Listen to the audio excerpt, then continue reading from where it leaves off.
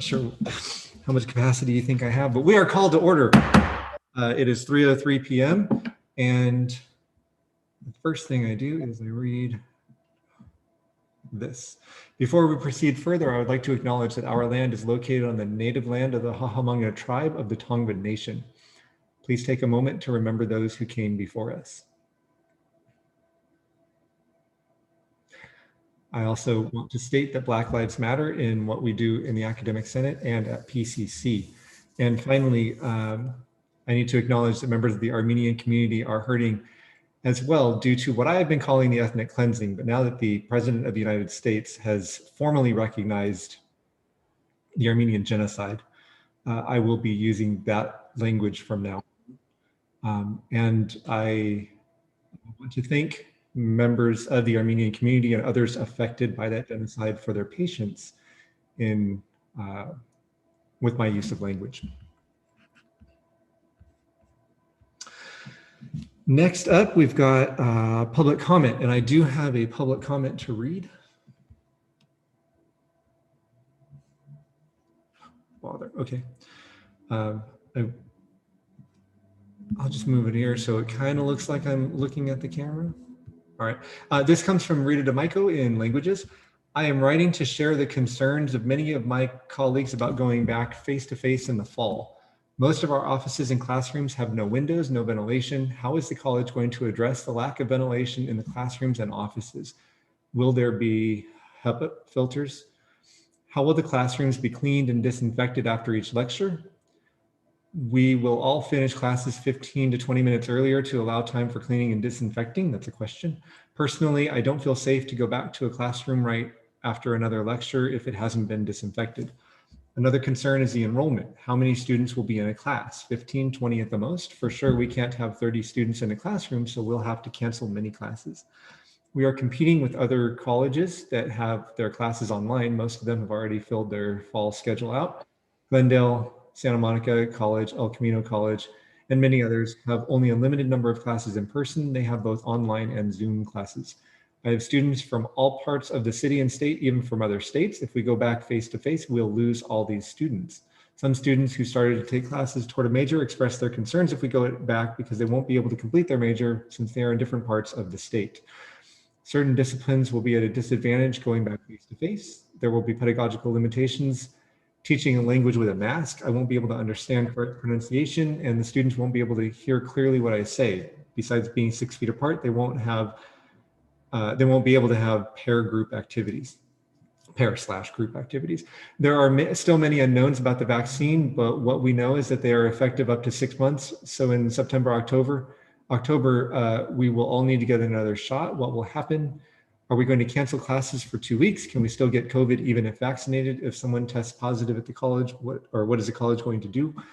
Are we going to cancel classes? The vaccine doesn't fully protect from new contagious variants, and not all students will be vaccinated by the end of August. Is their temperature going to be checked before they come to class?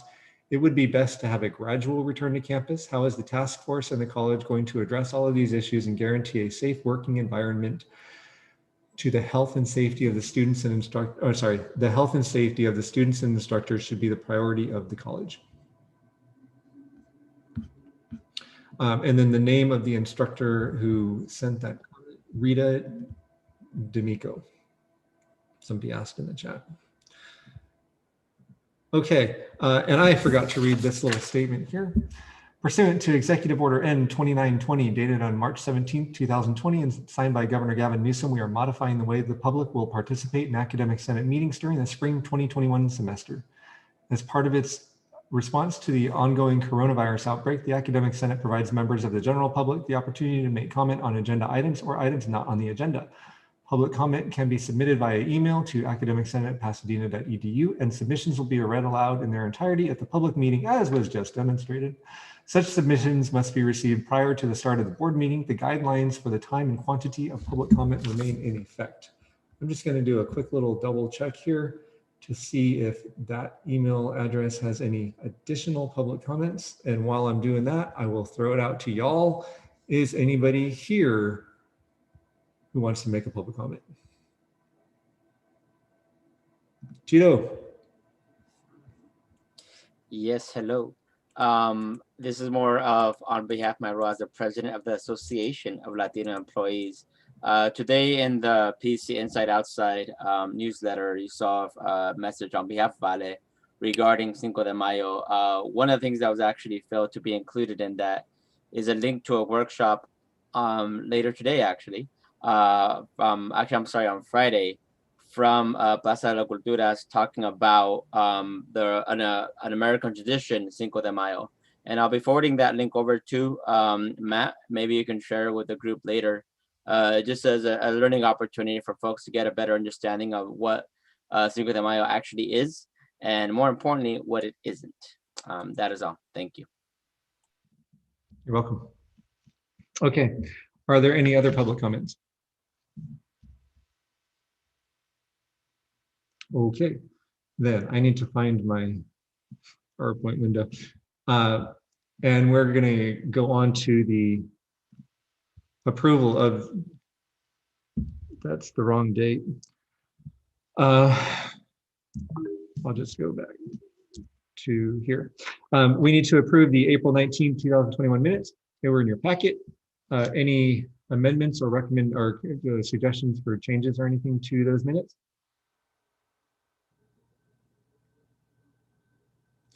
Then, if there are no objections, we will approve them by unanimous consent. Are there any objections to so doing? Okay, and the minutes have been approved by unanimous consent. We are on to our constituency reports. We don't have PCCFA. He is out. He is otherwise occupied, not just ditching. He's otherwise occupied. So we will move on to adjunct faculty. I'm going to go ahead and stop sharing because it'd be better to see people here. Bevel, do you got anything? Do you have anything? Just briefly, the next adjunct faculty issues committee meeting is scheduled for next Monday. And we hope to be looking at the AP for the hiring of part-time faculty and bringing suggestions to the necessary, the related committee. Thank you. Cool. All right. Classified Senate. Hello. Hi. Just want to share that classified staff are coming to campus starting today, 3 times a week or 5 times, depending on their availability in their offices. So we'll definitely look and see how that goes. That's all. Oh, good. All right, cool. Associated students. Hi, everyone. Just a short report for today. We had a candidates meeting the past weekend. So campaigning from students who want to be a part of next year's executive board will begin soon. The executive board currently will also be attending the next Board of Trustees meeting, and we will be presenting on anything that we've been doing throughout the year and what we have accomplished. And that's all I have. Cool, thank you. Management Association, Tito, do you have anything in that regard? Yes, that's why I did the public comment.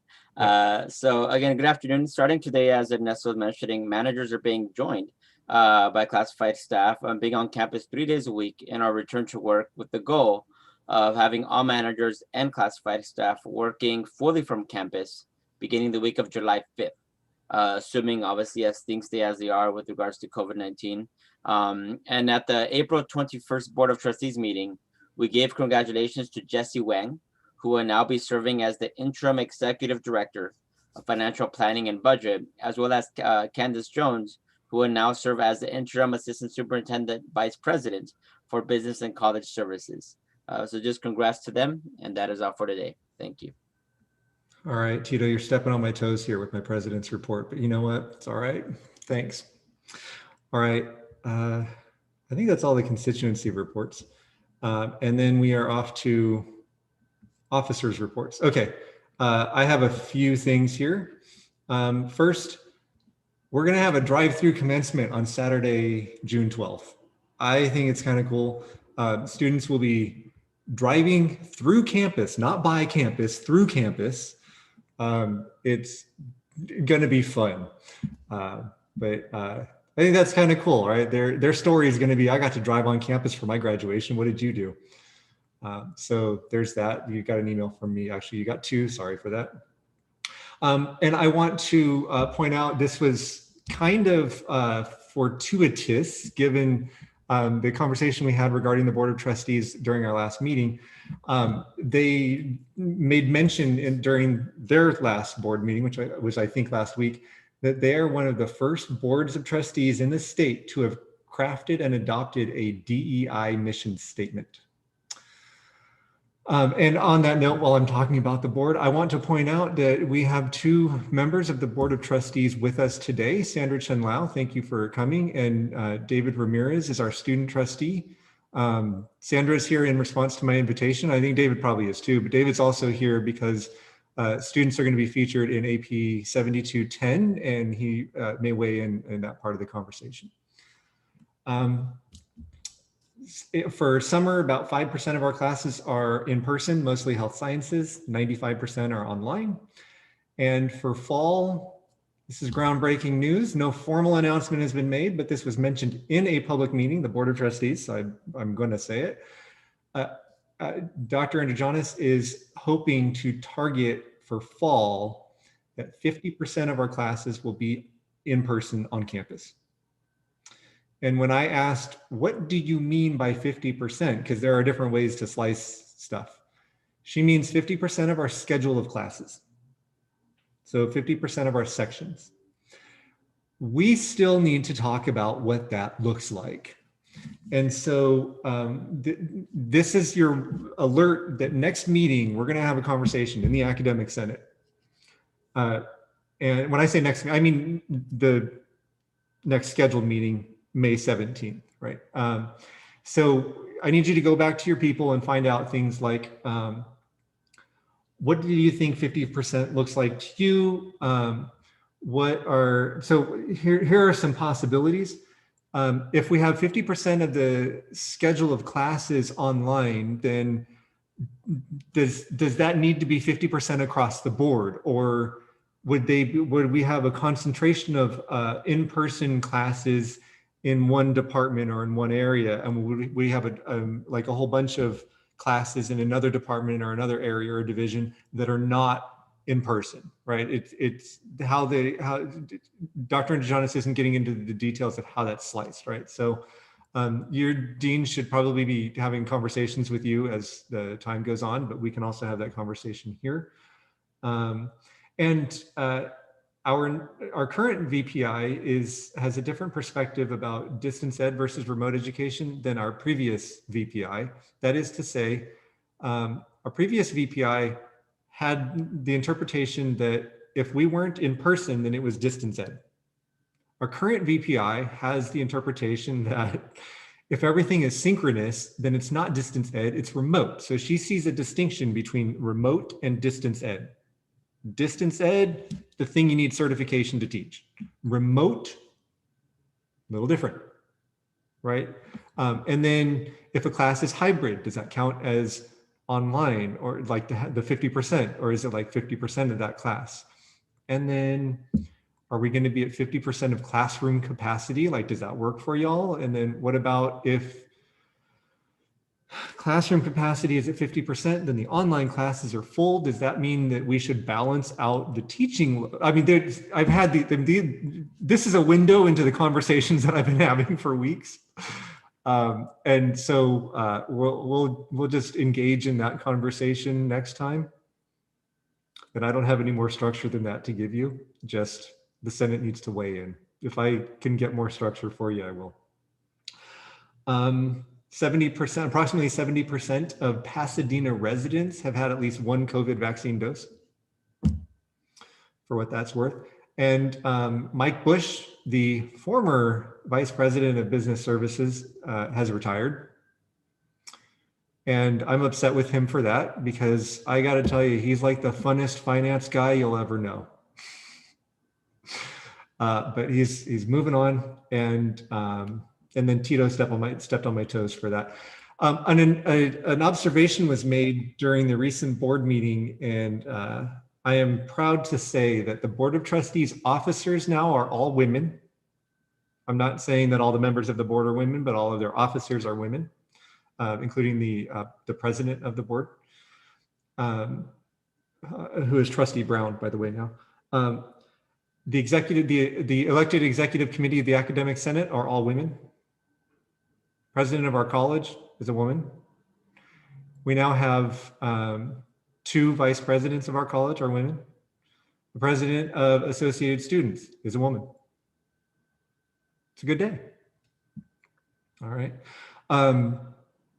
Someday, that won't be a remarkable situation, but right now it is, and so I'm remarking on it. Starting in fall, C&I is going to be prompted to develop cycles to get our curriculum up to date. This was announced by the Vice President of Instruction at College Council. They did update one of their APs last year. And so you're probably going to expect to see, hey, we have some classes that are out of date.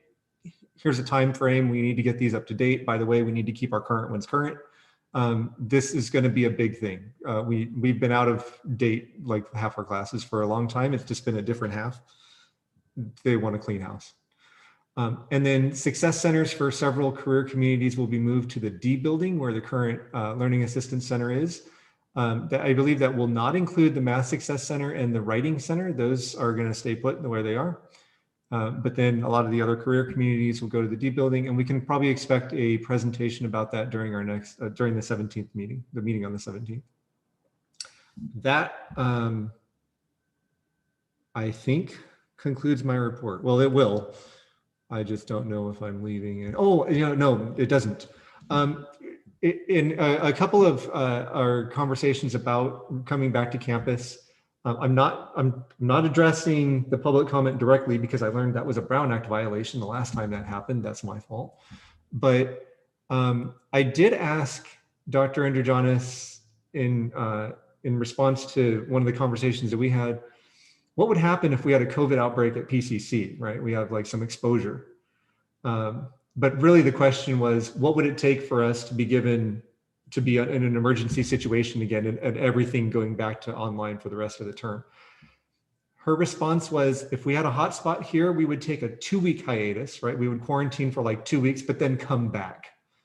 In response to what would it take for us to be fully online again, she said, an order from the governor. So there is a strong desire for us to be at least partially on campus. So we would handle it. Anyway, that's how we would handle it. There's a hand up, Lyman.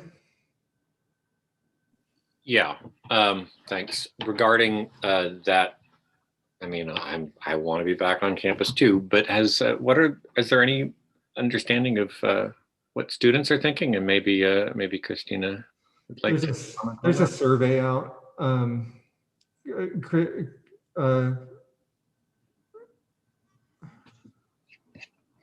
We shouldn't really be engaging in this conversation because of Brown Act, but I'm going to, oh, you know what, maybe Christina, if you can be ready with some thoughts and comments during the next meeting when I agendize coming back to campus. But there's going to be a survey administered to the students, or has been administered, I don't know, but something in the works. We want to find out. Okay, thanks. Yep, thank you. Okay, moving on to the Vice President. Do you have a report? Sorry, finding my button. So my report is just that to remind everyone that there is 2 hiring committees that we're putting together. And so we are looking for 1 academic senate representative for the network administrator hiring, which I didn't receive anyone. And then we are looking for 3 representatives for the director of student health services. So anyone interested in those, in serving on those committees, please email me. Okay, thank you. Okay, and on that note, I think what we're going to do because of timelines here, if we get 1 person for the first one, we'll just go ahead and appoint that person. And then if we get 3 names for that second one, or anything less than 3 names, we'll just appoint them. We're not going to wait till the 17th for that because these things need to be moving. If there are multiple ones, then I think what we'll do is we'll talk as an executive committee about how to do that because of timelines. But thank you. Secretary, Dr. Lopez, do you have a report? I do actually have a shout out, I guess. I was able to attend the statewide plenary recently, and I was pleasantly surprised because first of all, their theme was decolonizing higher education, which was very impressive, and the workshops were awesome. And they talked about decentering whiteness, and this was things that are happening on campuses across the state. I was encouraged to see that other campuses are like-minded to what we're trying to do at PCC and in their pursuits for social justice and equity. So, I mean, it was really encouraging, and I was glad to be there. I was glad for the opportunity. And I'm excited that you're excited about that. That's cool. Thank you. And we do have a treasurer's report, which I suppose I will give. Okay, our checking balance, 2531.92. Our savings balance, 20,221.16, for a total of 22,753.08, for a net change of $231 over 11 days prior to when these numbers were current. All right. Now we're, we have more reports. Gotta get the right document in front of me. Okay. The Facilities Standing Committee held a joint meeting with the Health and Safety Standing Committee to discuss how the Facilities Committee can best support efforts to address the needs of our students, to raise awareness and be proactive regarding PCC's no smoking policy. The Facilities Committee will create signage and identify locations to place those signs. The signs will include a QR code that provides information about PCC's no smoking policy, the City of Pasadena's smoking policy, and alternatives and services to help quit and cope while quitting or limiting smoking. Two groups plan to meet jointly once a semester to discuss shared topics, and a task force composed of individuals from both groups will meet more often to work on specific details of joint tasks. And then the Strategic Planning Committee has finalized the set of values that PCC holds. They added one value, transformational problem solving, in response to comments from a member of the Board of Trustees.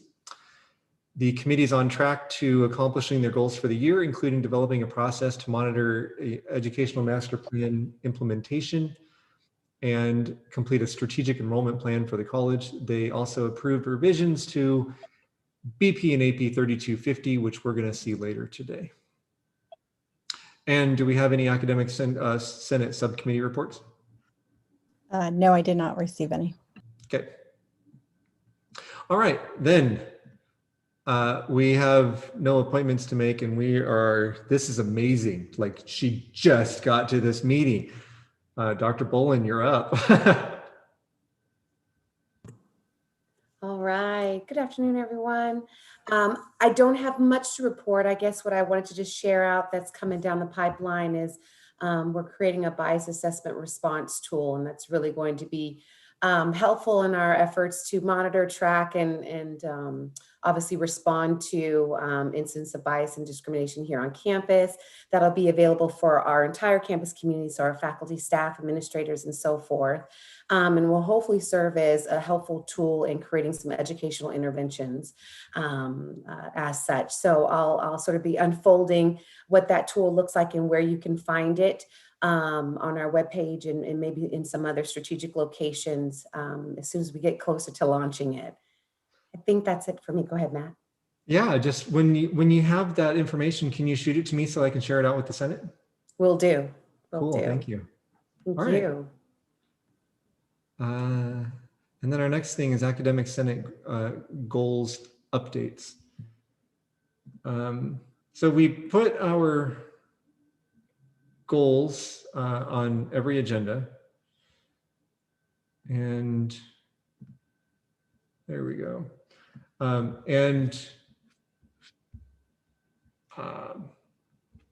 just, I've agendized, right, every meeting for us to give updates on these goals. And we're almost at the end of the year, or at the end of our session, the Academic Senate session here. Increased knowledge among the faculty about how student services supports our students.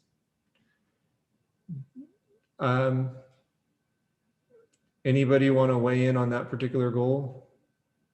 Like, do you feel that has happened?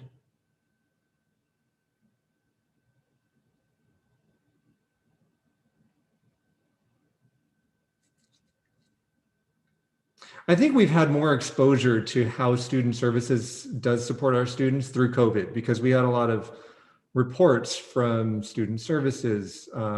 Dr. Levo came several times.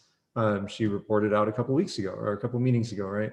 So that wasn't directly related to COVID, but I think we've had more opportunity to hear about that just kind of by happenstance. Lyman, your hand is up. Yeah, I think on the back of that, I think that since we all had to scramble to do stuff, student services in general really picked it up and ran with it, and definitely made themselves available to the students. I thought, I mean, not too surprising coming from Cynthia, right? She's always, right. but I thought, and because of that, we heard about it because there was like, now we can do this, we can do this, and do this. I thought it was pretty impressive. So cool, thank you. So I would encourage you all to think about whether you want to retain this as a goal moving forward, next year. Explore how we can overcome our reputation in the Black community and work with shareholders to develop a plan to increase our African-American student population. How do you feel like we were doing on that? Matt, I could speak briefly to that. Cool. In addition to this goal being created by the Senate, there was a group that was formed, the PCC African-American Outreach sort of group. There's a large group and there's a small group. The small group was not able to meet on Friday because of Dr. Carol Brown's service. So we did take some time out to recognize her contributions. I think the group itself has made a lot of progress in terms of strategies to recruit African-American students. I myself am looking forward to doing some groundwork this summer in the community, Pasadena, Altadena. I'll be trying to get some marketing material from the Transfer Center, and I'm hoping to go to basically the areas in the community where others may feel uncomfortable. So the basketball courts, or the barbershops, trying to reach out to African-Americans to get them to PCC. So anyone, again, who's interested in helping us achieve the goal can join that African-American outreach group, either the large or the small. Cool, thank you. Dr. Lopez. Hello, everyone. As far as this goal is concerned, we actually had an event. On Thursday of last week where we highlighted the different things that have been happening for Black students across campus. So I do think that we are working towards this goal. I'm encouraged by the work that we're doing at PCC, and I would love for us to continue this going forward. Cool. All right, thank you. That's kind of awesome. Armia. That being said, Ujima is recruiting vigorously right now, so please let everyone know we're accepting students for our summer and fall classes. Okay, when you say recruiting, do you mean you're recruiting PCC students to join Ujima, or you're recruiting members of the community to begin working at PCC or begin their studies at PCC? So Ujima is a FYE program. So we usually accept, freshmen into the program, okay. Or they can have, I think less than 12 units, they will still be considered. Tito or Tilling can correct me on that, but we are looking for freshmen to start, and our classes start summer 2021. We have a library 1 and a counseling 10 class. So if anyone on the meeting knows of any students who could be available candidates or participants, they can direct them to the website and they can apply. Cool. All right. Thank you. On to the next, incorporate equity and social justice into various levels of SLOs. So we were, yeah, Jennifer. Okay, hi everyone. I think what is happening on campus, or at least in the groups that I'm involved in with the student learning outcomes, is that there's more conversation around this. And I believe that probably more in the fall, we'll see more programs roll out or what we can do more as divisions. Definitely at the institutional level, we're looking at outcomes right now, and that will probably be more fall. So I think it's just a slow process of what I'm seeing. Is something I think is important and that we should continue on, but I'm also very curious to hear what everybody else is thinking about it as well. I'm curious, when you said it's a slow process, was that pun intended? Yes, it was a pun intended, and I'm glad someone caught it. And when she says slow process, we're crafting institution level or institutional learning outcome statements. I've been absent for the last 2 meetings. And when I say we, I mean the outcomes committee. Which is kind of new. And I mean, it started with like, what sort of structure, framework do we want this to be? And then crafting outcome statements at that level is not a fast thing. So, there are several outcome statements that we want to have, several domains, and social justice is one of them. It takes time. But I think saying targeting the fall, that does make sense to me. So cool. Increase information sharing. Do you feel like we've been doing all right with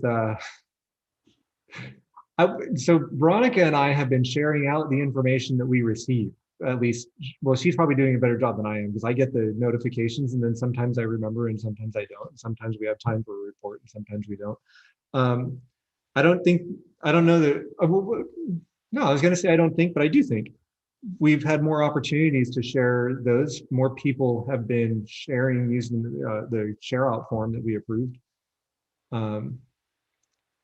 So, I mean, I think that's happening. So let me ask y'all as a Senate, how satisfied are you with the information sharing at this point?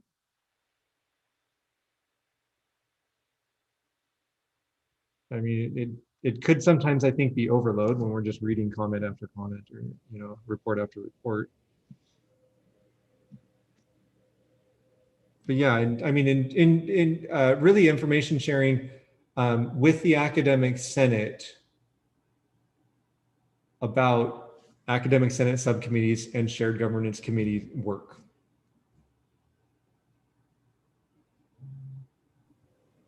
Matt, I think it's been much better than previous years.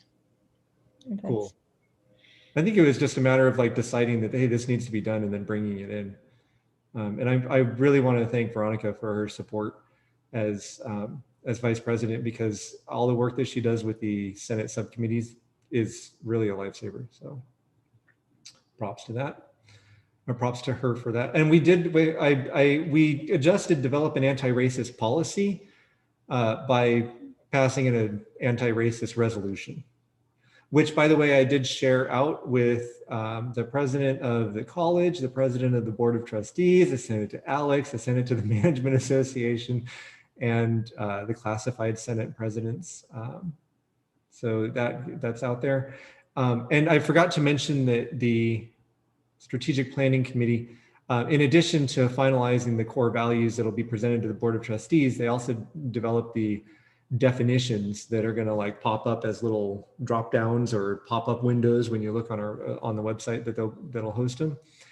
And we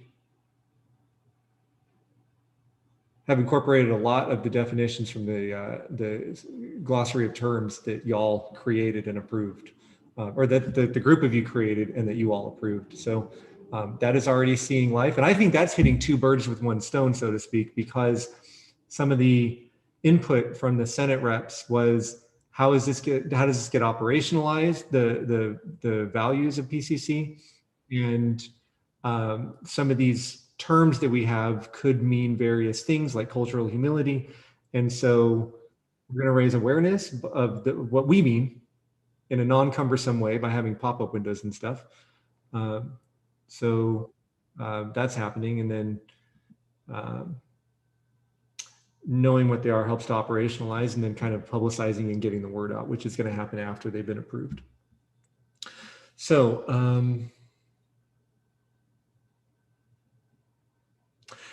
the task force wasn't really the scope of, so the information sharing, I'm responding to a comment here in the chat.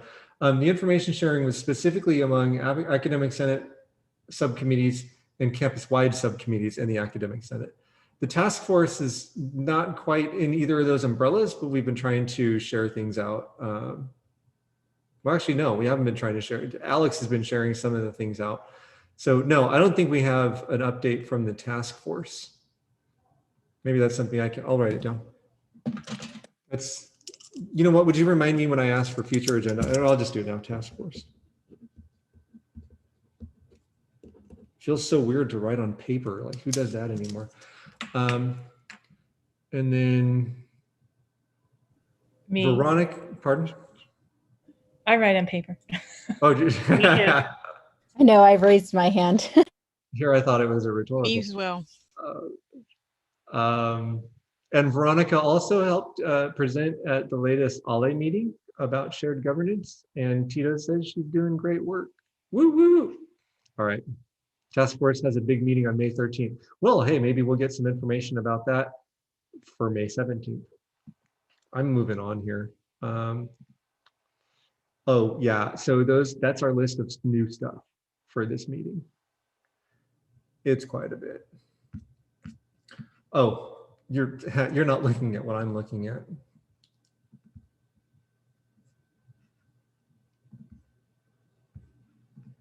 That's our list of new business for this meeting. You will no doubt have seen it on in your agenda.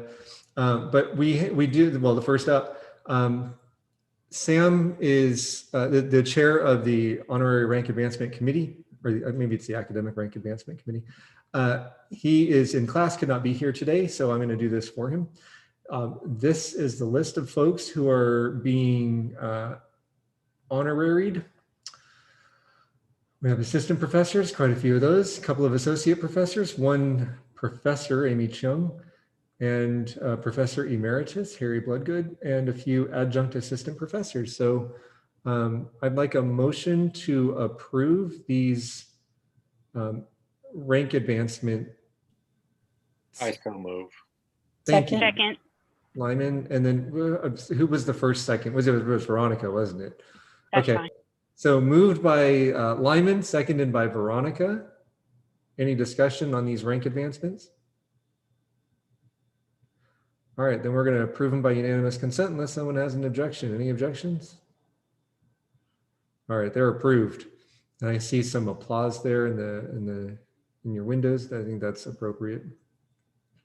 Cool. Oh, some are even in this room. Let me just point that out. Dr. Baja, Dr. Francoso, Tallene, Dr. Stevens. Wow. Cool. John Tyberg. How about this Tyberg character? That's the only one. Yeah, you're not sure about the Tyberg one, huh? Well, I mean, you're an assistant professor now. It's official. You'll get a letter. It's great. All right, cool.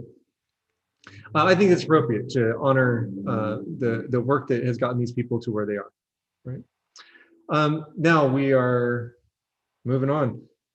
We have Salvatrice here to walk us through some changes to BP and AP 4102, and then AP 4103. So, and I think it's Salvatrice and possibly Miriam as well. But whoever wants to chime in, go ahead and take it away. Thanks. I'll chime in super quickly. Thank you.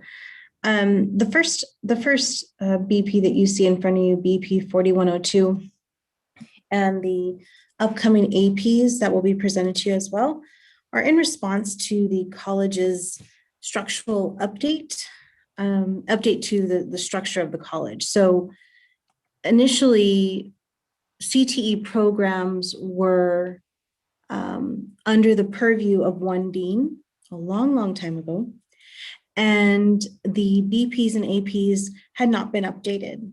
So in response to that, because now we have multiple deans that oversee CTE programs, the updates to the BP and the APs that will be in front of you are updates to language mostly, but it does reflect Ed Code and Title V.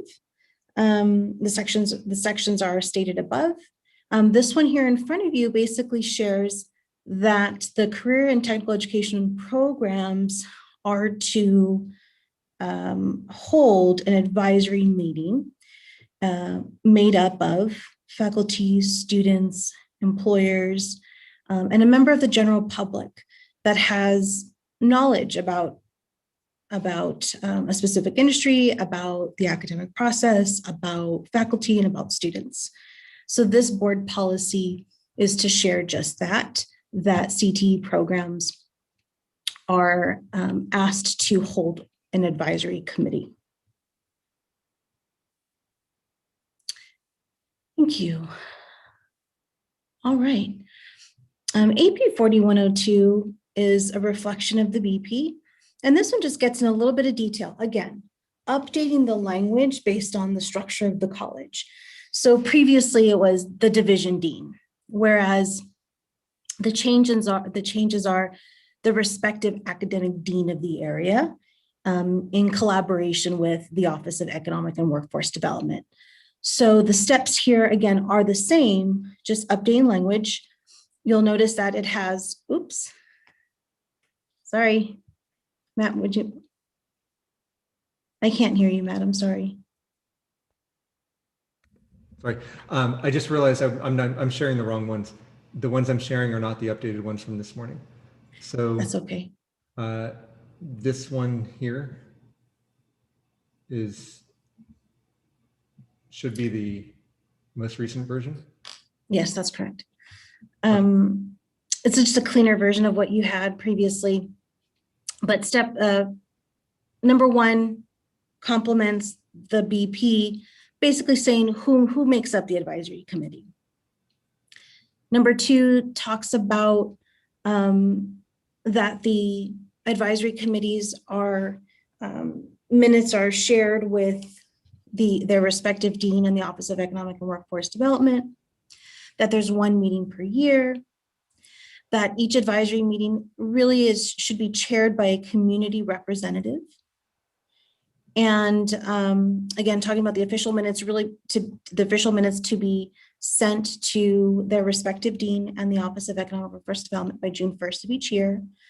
And that all technical and education LCT programs will complete a program review every 2 years. And again, these are direct statements from Title V. And okay, and what I'm going to do is I'm just going to throw this in here. This is the updated. Okay, great, perfect. But I think this one, it's not very different from the original, but the AP looked like it was kind of revised. But they got this morning, so they've had a chance to look at these. Okay, great. At College Council, they gave me some, the recommendations from College Council, some of you were there, was basically sentence structure, but overall the gist of the APs and the BP were the same. Okay, so is anybody ready to approve BP and AP 4102? I mean, this is here for a first read. Sylvia, your hand is up. Yes, hi. Hello, thank you for explaining this to us. I have a question. I know that this is just updated language, but I was curious if the 2 years mandate is mandated by Title V, the 2-year revision of the program. Because what happens in our program often is that by the time we pass the program to CNI and it get approved, and that's the entire item of being also approved by the consortium, and we are able to offer the courses to our student, we usually have just 1 year, barely 1 year of data to really analyze if the program is working or not. So sometimes it's hard to make any comment that is really sure in such a short amount of time. Sure, that's totally fair. That process or that recommendation is from Ed Code 78016. So the language is directly taken from Ed Code for that. It's also an accreditation standard where our curriculum is for non-CTE courses on a 6-year cycle, but for CTE courses, a 2-year cycle. So that's kind of dictated to us. This is for all community colleges.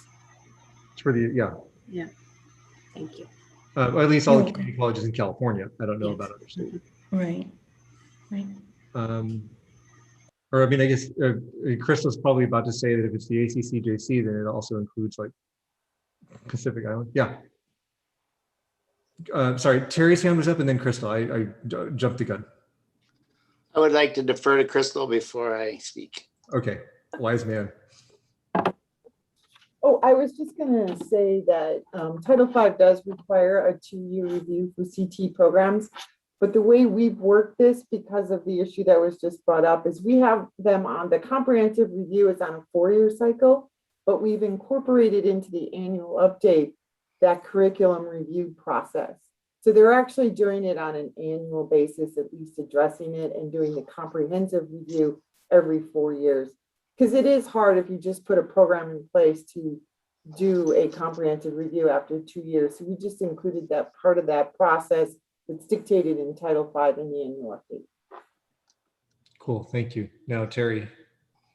I move that we approve AP 4102 and BP 4102. All right, it's been moved by Terry. Is there a second? I second that movement. That was Mark. All right, Mark Keene. So it's been moved and seconded to approve AP and BP 4102. Is there any discussion?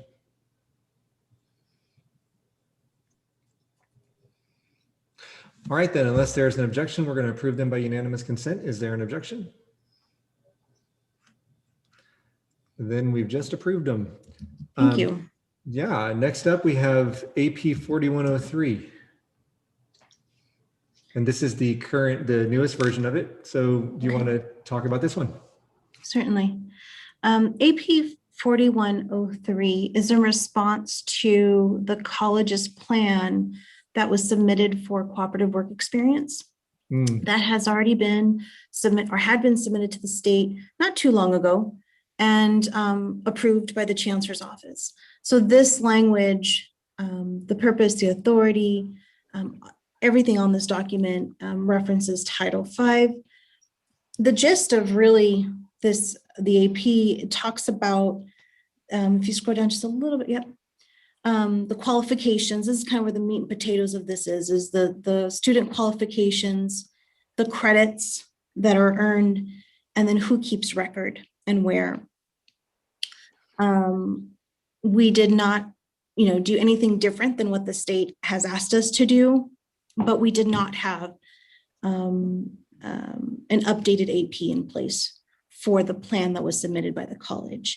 And cooperative work experience, as all of you know, but I'll share, allows the student to earn credits of prior work experience, as well as current work experience opportunities that we as a college can put forth in front of them. Yeah, and the Senate may remember that we were presented with and approved the cooperative work experience. Did she ask to watch something? I'm gonna mute. In spring, we approved, it was presented by Dean Kiotis. Right? That's right. So this is, hey, a nice bookend. Lyman has a hand up. Yeah, I just want to clarify, is this a new AP or is this an update? It looks new. But this is updated. This is updated. This is just a clean version of the updates. Okay, thank you. You're welcome.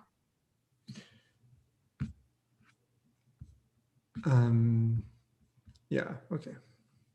And Matt, really quick. Yeah. These three that we just looked at, those are the three that you sent us today, yeah? The update. Correct. Got it, thanks. Yes.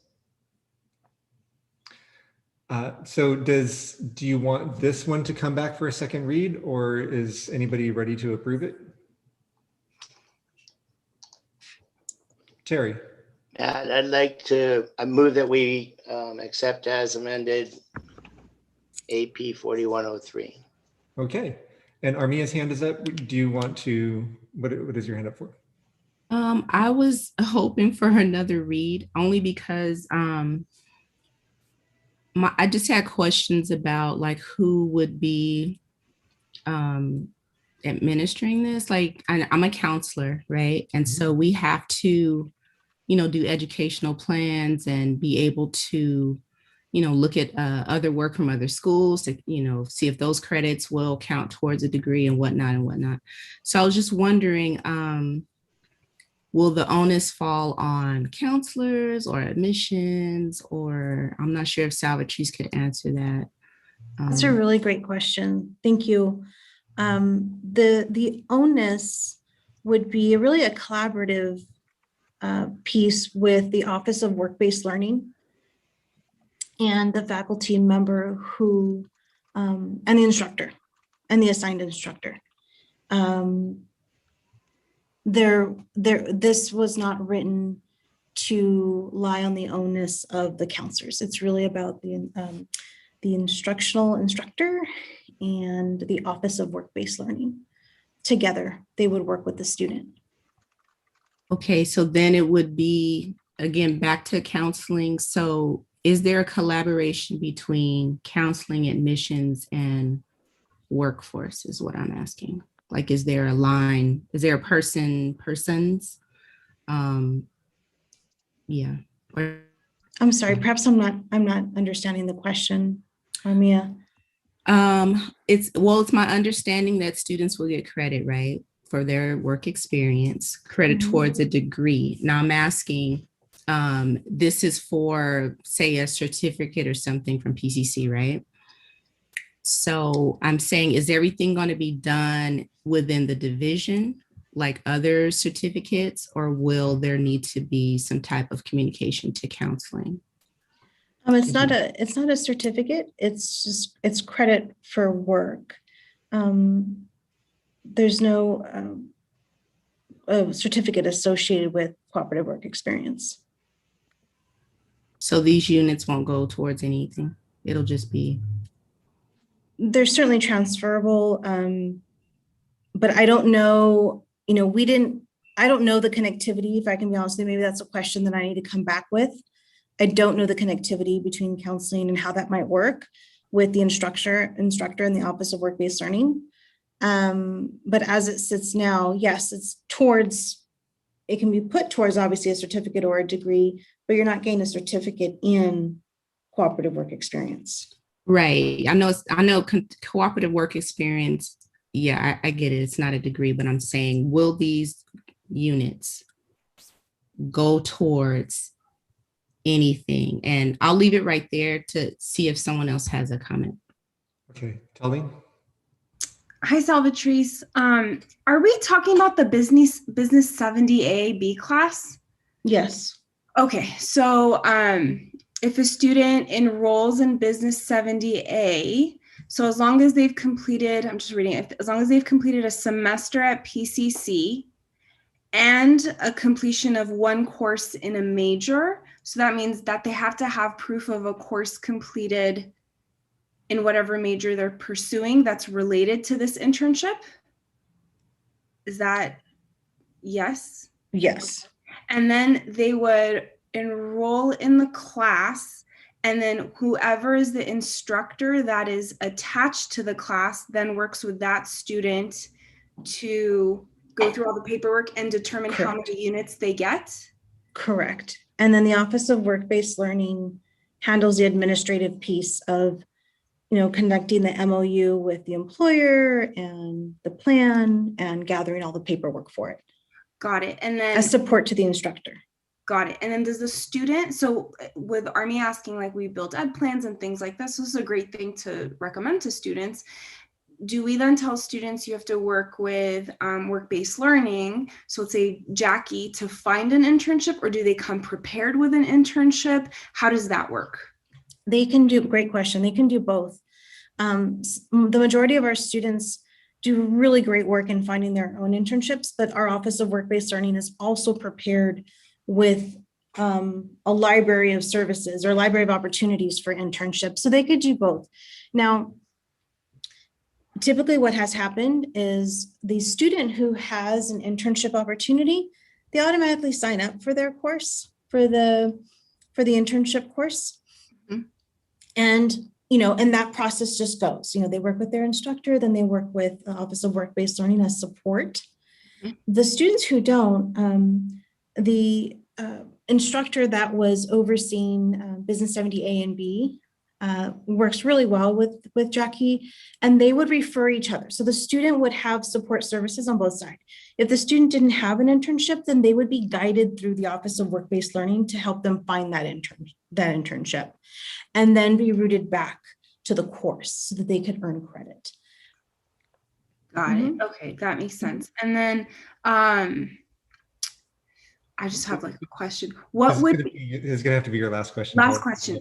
What is the benefit? So other than it, what's the benefit of a student getting credit on their transcript for something like this, as opposed to just getting an internship without it? I know some require this. This is a big deal. Sorry, I know I'm asking a lot, but this is a big deal because a lot of students come to us. So that's why I'm asking. Sorry, Matt.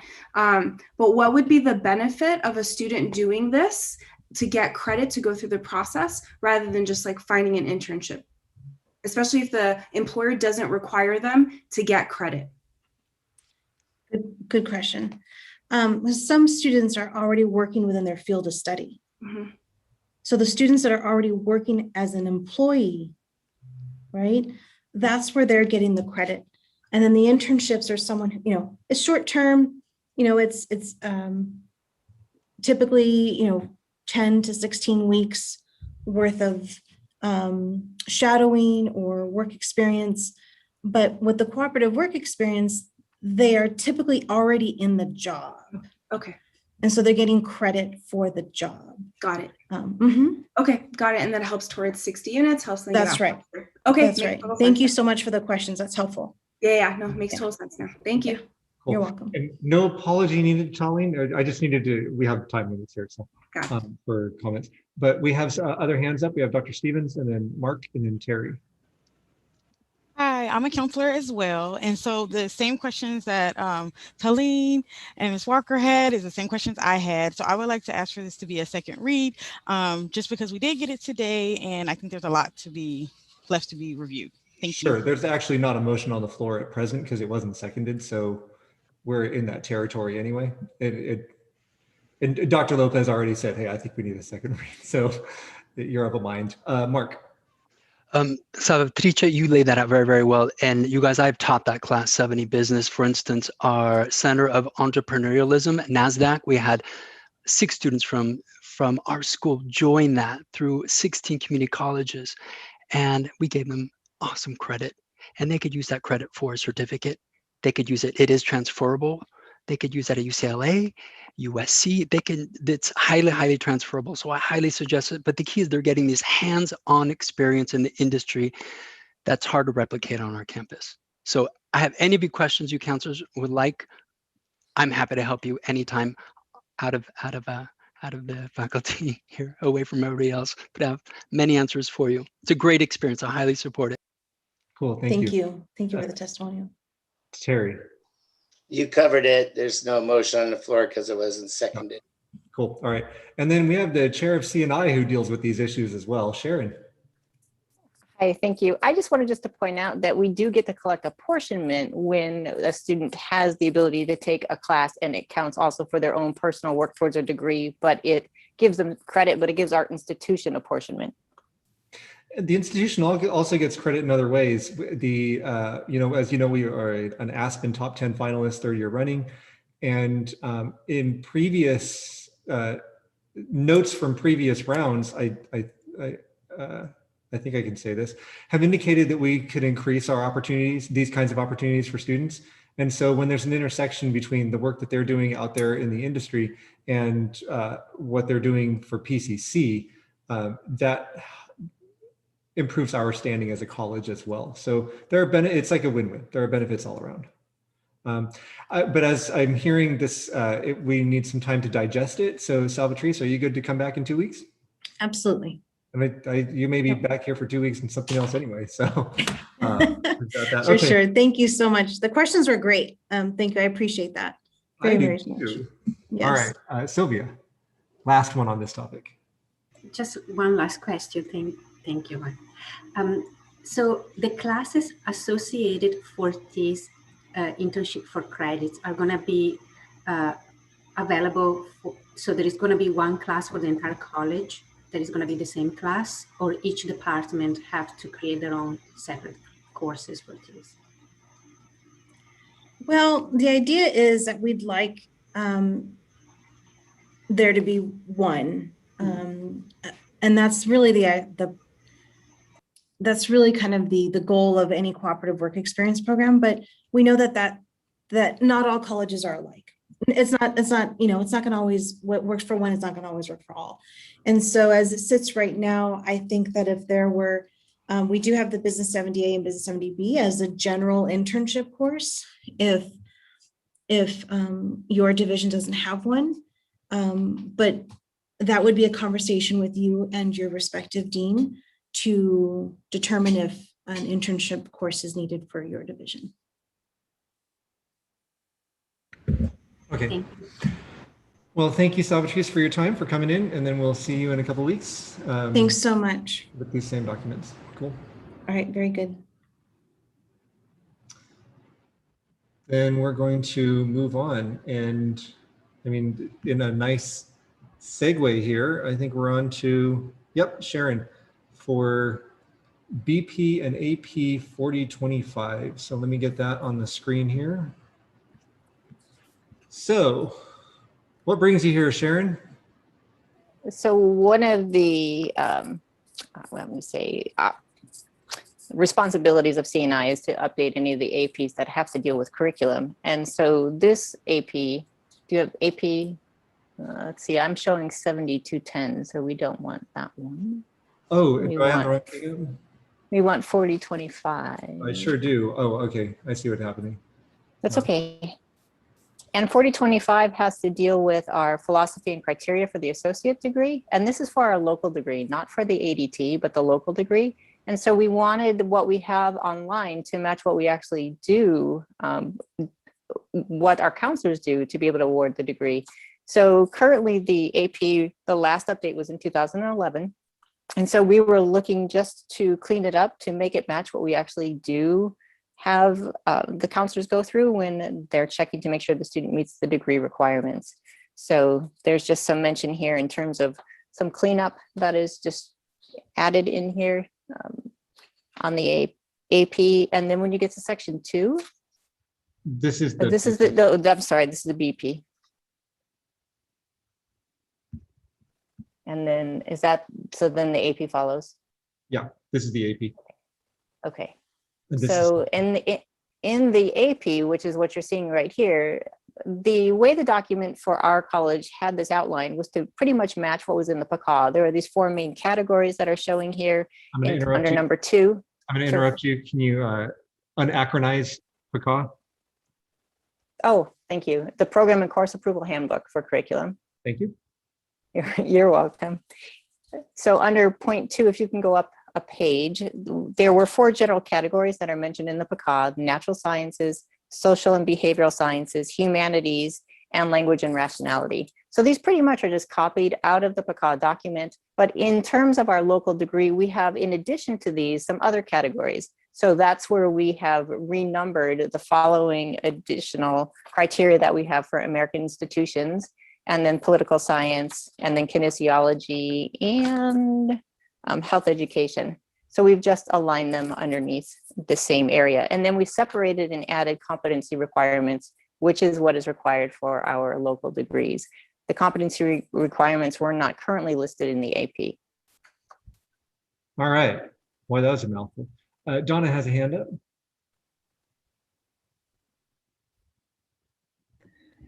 Yeah, I was just wanting clarification on the edits. So the changes have been made? Like, can you explain the changes have been made in your comments? So even like if you went up to the board, the first one, the BP. So you're saying, I think it's one more, but that's okay. Okay. Yeah, like. Yeah. So one more page here. Critically is in there, but then what does that comment mean? That it was added critically approved? What? I couldn't understand. Like the word critically was added and that was approved in CNI on May 14th. I get it on CNI. Okay, so Yeah. So we're looking at what's written, and these are just what people's comments have been about that in the past. They're notes of the history of the edits. So okay, I think that makes sense. Okay, thank you. Yeah, they weren't really notes for you, but I just didn't personally take the time to clean it up. Right. But so we can read what's there, and that's what we'd be voting on or something. Right. Yeah. So just to follow up with what you asked, Donna, on this page, we've only added 3 little pieces, and those are the highlighted words.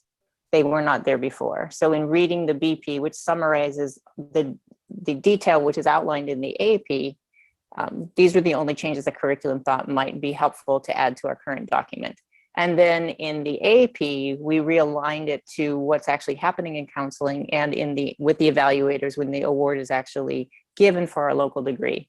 So we cleaned up just the organization of what we have just to match what we're currently doing, rather than having there be a disconnect between, if you look up programs on our website and you look at the criteria for the associate degree, you'll see what counseling does inform the students about, but then you check the AP and they're not the same. So we have them now matching to be the same as what we're currently doing in terms of the evaluation process for the local degree.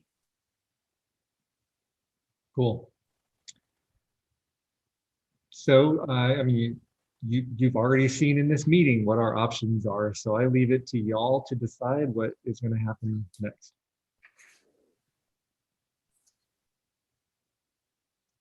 Susan.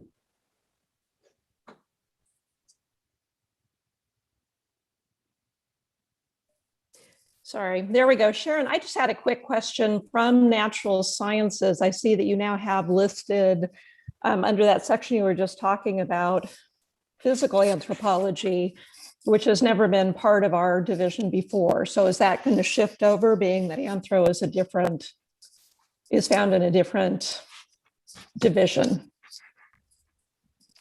Can you clarify? So yeah, this is on it's under section 2, part A, under natural sciences. So it says we this didn't category. change the language. Physical anthropology is currently what we have in the AP. We did not change it. Okay.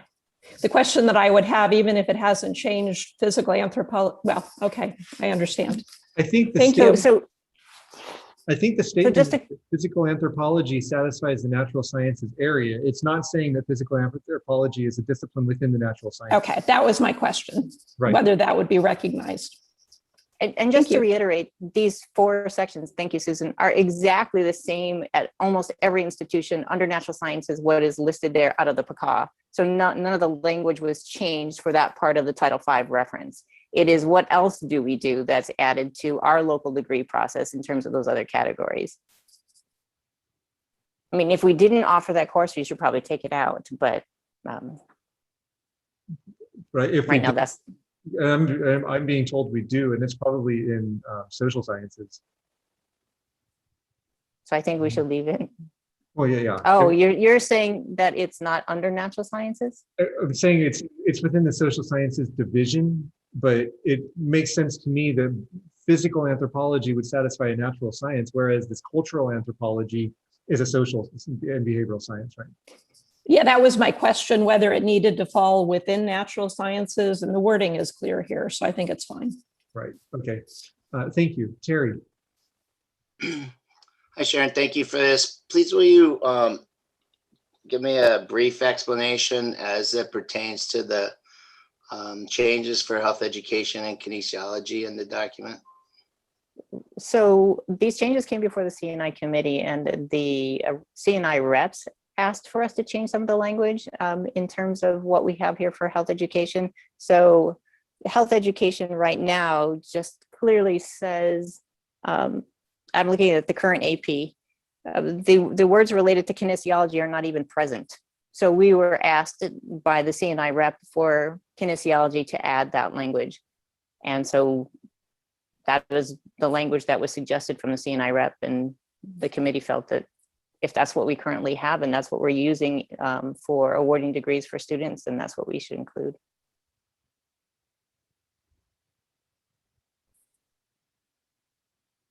On the current AP, Terry, right now, this is just under physical activity. It did not say kinesiology. So the change was to move from physical activity and then call it what the term is used today, which is the kinesiology. And then in addition to that, just a follow up. So the reference to or dance activity, is that currently in the AP? It is in our current AP. Our current AP says courses in this category under physical activity are those that provide instruction in physical education activity or dance activity. So we replaced physical activity with kinesiology in two areas, but not in the third. So as a name, we replaced physical activity with kinesiology, but as a description, we left physical activity. Thank you. Mm-hmm. Okay, Dr. Bernardo. Hi, I'm sorry. I'm just trying to clarify because obviously kinesiology is a kind of like a broad category of things. And so providing instruction in physical activity obviously does not get all of what kinesiology is as a department, obviously. So I'm just trying to figure out if specifying is in the works, or if we should need to maybe submit different language to include that. So this area of our degree, in terms of what is currently outlined in the guidelines for the associate degree the counselors are using, has a reference to physical activity. So I do understand the kinesiology division has more course offerings than physical activity, and that's not what this is saying here. This is saying that an opportunity for a student to complete a course in this area gives them some physical activity credit, and dance could also count for that. May I follow up? Sure. Just because some of the courses in the kinesiology and department have nothing to do with the actual physical activity of the students taking it. You know what I'm saying? It's just academic. It's not actual physical activity in that particular thing, but there are degrees in which this is, like, for example, sports medicine or athletic training and stuff like that. That's not physical activity, but it is under kinesiology. So I'm just trying to figure out where the specification is. I have a suggestion. Instead of courses in kinesiology are those that provide instruction in physical activity, how about courses in kinesiology that provide instruction in physical activity or dance activity? That way it's not defining what's in kinesiology, it's identifying which ones in kinesiology satisfy this requirement. I think that would probably work. Okay. Sharon, is that, do you think that move is? I think that's fine. Okay. Tolling. Is it too specific just to say what it is, which is kinesiology activity, as opposed to kinesiology theory or kinesiology athletics? Because that makes the difference, right? The kina classes are the doing of. So those are the ones that provide physical activity, as opposed to the kint or cath. So would it be appropriate to say courses in kinesiology activity? I know that sounds redundant, but that's the subject. I'm right now trying to look at, Telling, I know you're a counselor, what we're currently using for our local degree, what that paperwork currently is saying, because our language is trying to match that. So got it. Okay. I want to look at what we're saying on that paper and have it match. And so I'm not, other than that, that was what we were trying to do. So I'm okay with that if that's what we have on the paper, but I'm trying to find it right now on our website to see. I'm looking for you right now. It's for the the local AA, GE requirements. That's the paperwork I'm looking for. So it says 2 units So it says a maximum of 4 units of physical education activity in parentheses KINA. So it does say KINA or intercollegiate athletics, CAF, or dance, and then it specifies which dance classes. So the ones that work are KINA and CAF and not KINT, which is what Dr. Bernardo was sort of referring to. So it is in that language. So I just wonder if we just specify it. I would suggest that the fix that I recommended would would take care of that. Okay, that's fine. Because it's like I said, it's identifying which ones in kinesiology would satisfy. Because I mean, sometimes prefixes change, and then I wouldn't want to put like a prefix into an AP because then we'd have to change it. Oh yeah, because the old ones were like PAC. That makes sense. And Veronica? I had a question on number 3, the added section of competency. Where did these come from? So right now, this is what we do require of students getting a local associate degree at our campus. So we were including it in the AP since that is what we're requiring. It currently was not listed in the AP. I'm not sure why it wasn't listed, but that is what is required for a student to get a local degree. Okay, I'm just surprised that it doesn't match. I mean, these competencies don't match all of our GE requirements in terms of goals, right? So when you say all of our GE, so I was like thinking natural sciences, and there's no statement of, they have okay, these are okay, go ahead. I'll just clarify. So these are competency. Competency is different than a GE requirement. The natural science is in the other category. So competency is this separate part that you don't necessarily have to have a class, but you have to show that you're competent in this area. And so it's required through all California Community College local degrees that there is a reading, a written expression, and a mathematics competency. It's clearly worded in the PCA. It's the area of the diversity that we're locally saying that we have on our campus. And this is how we currently have it defined on our local degree paperwork. I'm just wondering if this will be the way that with the new changes coming with equity inclusion, if this will remain or not. But right now, this is what we currently have. Okay, thanks. That gives you an idea of where it came from. And I'll go ahead and point out that in this very next paragraph from the one we were talking about, I'm eating my words because we have references to specific classes here. I'll just point it out so nobody else has to for me. Terry. I just would like to make sure that we have a second read on this. Yeah, I knew that's where we were going. But you know what, folks? This is how, I love it. This is the intent behind the first read and the second read. So I think this is beautiful. Does anybody else have any comments, questions, thoughts, suggestions, anything?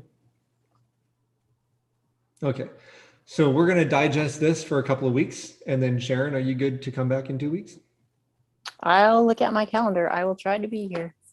Okay, and if you can't, then maybe John can. Okay. Because he's here anyway. All right, cool. If you didn't know, our parliamentarian is also he's the co-chair of curriculum. All right, then if there is nothing further, we will move on. Is there anything further? All right, then. I do have one comment about this exact section. You have it at right here under English, where it says English 1, and then this is English 1H, and then this is English 1C. I know this is rather small, but when it comes to a student looking at classes, like I know on our forms, it says like English 1A, things like that. Is it going to be updated to match what we actually offer? Just pointing that out, sorry. Oh, you're saying we forgot the A. Yes, correct. So a student, thank you. Thank you so much. It was not intentional. Thank you. Not intentional. Thank you. Thank you. Yes, in A and B section, they both have it, but thank you so much. Yeah. Good catch. All right. So we'll see this again in 2 weeks, probably with a couple of A's in there. Thank you so much. Thank you, Sharon. Then we are moving on, and I can see the next person here, Crystal. Yeah, so we never actually connected as to whether I should be bringing these here. I just knew that we were meeting before, we were going to be done meeting before the next college council meeting. So I kind of went out on a limb and jumped the gun here and went ahead and included this here. So I hope you don't mind. I don't. I was actually hoping you could lead the discussion since you took care of it for me in strategic planning. All right. My absence. Thank you very much. Cool. So we have a board policy 3250 regarding the integrated planning process, and we have an AP 3250 regarding the integrated planning process. And PCC used to have a mission and a vision. We're about to have values as well. Oh, excuse me. PCC used to have a mission and values. We didn't have a vision, but now we have a vision. We're about to have new values. So this is just a little bit of an update of language here. And then we have a college's commitment to equity and shared governance and effective participation. What you see in bold are the additions. And then this was a reordering here. What's in bold here is new. And then strategic planning, it was actually, I think, Dr. Kiotis who said, let's put students higher up on the list. And so we did that. Like we should care more about students than the technology master plan. I mean, it all works together, but you know, it's optics, right? It communicates. So that's what's going on here. Does anybody have any questions or comments about this BP at the moment? Okay, and we're going to go on to the AP. The AP was adjusted to make it more, excuse me, Dr. Bernardo. Hi, I'm sorry. Can you tell me if the anti-racist resolution falls into any of those mission or core values or anything like that? I'd say it falls under the college's commitment to equity, or it's related to, not falls under, but I think it's related to. I think it's related to the core values, because the core values, I believe one of them is a commitment to anti-racism. So there is overlap. Okay. Then, now are you asking because you feel that something should be included to make it more explicit? Yeah, I'm just wondering if we want to put that into actual words here as a priority, not only, you know, vision, but including, or core values, including an anti-racist resolution or policy. Okay, so let's make sure I'm not saying there's anything wrong with that at all, but make sure we understand what the scope of this is. This is specifically the integrated planning process, not, this is the broad philosophical view of PCC, right? So it's not intended to be all inclusive, but if there's language that we can consider. So we have comprehensive integrated planning process guided by the college's mission, vision, and core values. The process shall embrace the college's commitment to equity. I could see where we could include anti-racism in this clause here. Lindsay. Hi, I agree. I think anywhere that we can codify, make policy, I think we should put anti-racist, perhaps even anti-Black racism. But to make that much more specific, I support what Dr. Bernardo is saying in this situation. I hear what you're saying. I would say I want to include a commitment to all anti-racism. I mean, I think we've seen in recent times anti-Asian American sentiment or anti-Asian sentiment, and I wouldn't want to be too narrow. I'd want to be inclusive in that. Personally. Absolutely. I do support the anti-racist language. Sure. I believe we can say that the college has a commitment to anti-racism. So I think we could recommend inserting that right here. Thank you. To anti-racism, equity, shared governance. Okay. And Crystal, by chance, are you taking any notes? I can. But I will say that anti-racism is included in our core values. I think you did a pretty good job and a pretty good definition in there. So I don't know if I'd want to just limit it to that, because we also talk about social justice and our core values. I think the entire body of the core values should be guiding the college in our decision making. Okay. Dr. Bernardo? Oh yeah, I was just going to suggest possibly, college's commitment to equity and anti-racism, and then shared governance, etc. Just that kind of inclusion. Like calling it out. Yeah, okay. And Lindsay? I agree. I support that. I also think that just because it mentions the core values doesn't necessarily mean everybody knows what those are. And so I don't think it's, problematic to include that word, that language here, but I do appreciate that it is embodied in there as well as in equity. Okay. Then I'm going to move on to the AP. And the AP was actually adjusted to make it a little more nimble, a little more flexible, a little less constricting. It used to include all of the committees, but these change from time to time. Not a whole lot. I mean, they're fairly static, but we have changed them this year or in the last year and a half or so. And we called out students here. This was another reordering. We put student services in front of instruction, facilities, and technology. And then removed the list of committees here. And then included a little paragraph about comprehensive review related to the annual update process. Any questions or comments here?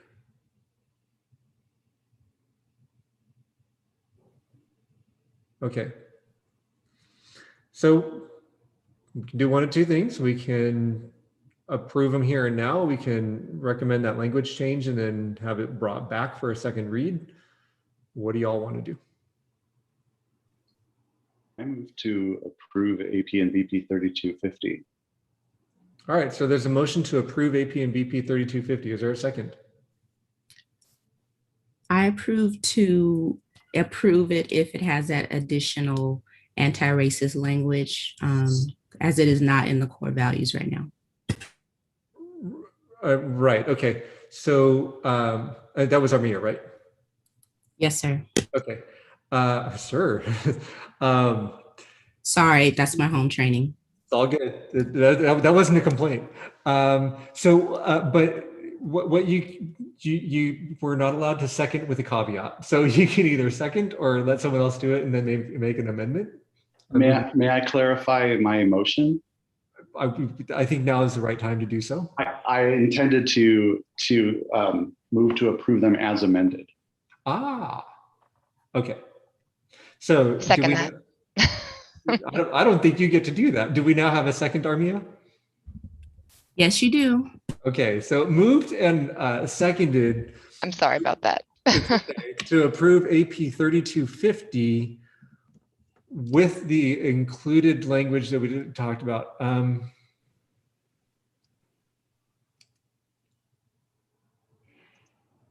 hasn't actually been amended. So I think what needs to happen is the motion needs to be on the floor. Then there can be an amendment made, and then the thing can be voted on. But I need to remind you that our approval is really in an advisory capacity. This isn't our document, so it's not really ours to change. What we can do is we can recommend a language change. Like I don't think we get to change someone else's AP. But if Crystal doesn't mind, then we can make the change. And then I'm telling you, I don't see strategic planning minding. So there's a motion on the floor to approve this as discussed. I'm doing it. All right, Mark.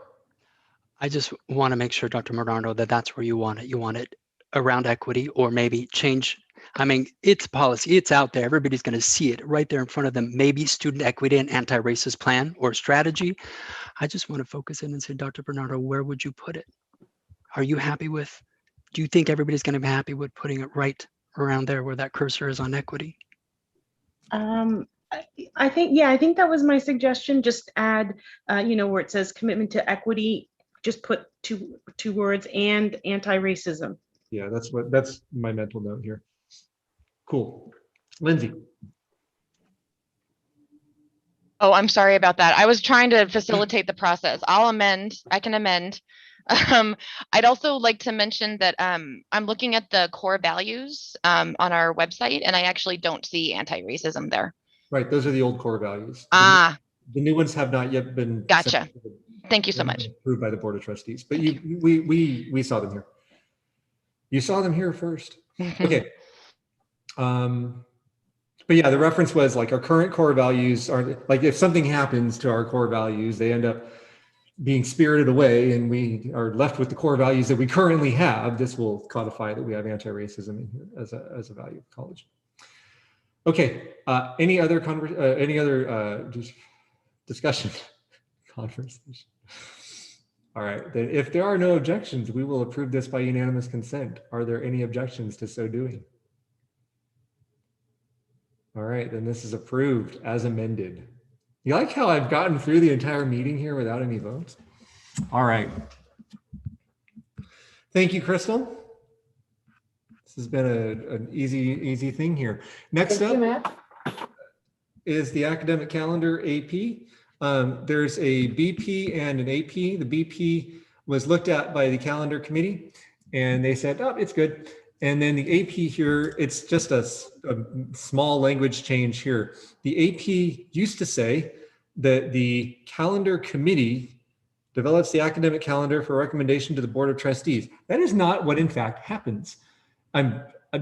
If you've been tuning in regularly, or if you were last year, then you know that the calendar committee develops the calendar and submits it to College Council. And then it's College Council who then recommends a calendar to the superintendent president. And it is the superintendent president who recommends a calendar to the Board of Trustees. I like our documents to reflect reality, and so I recommended this change here, and the calendar committee approved it. So, does anybody have any questions about it?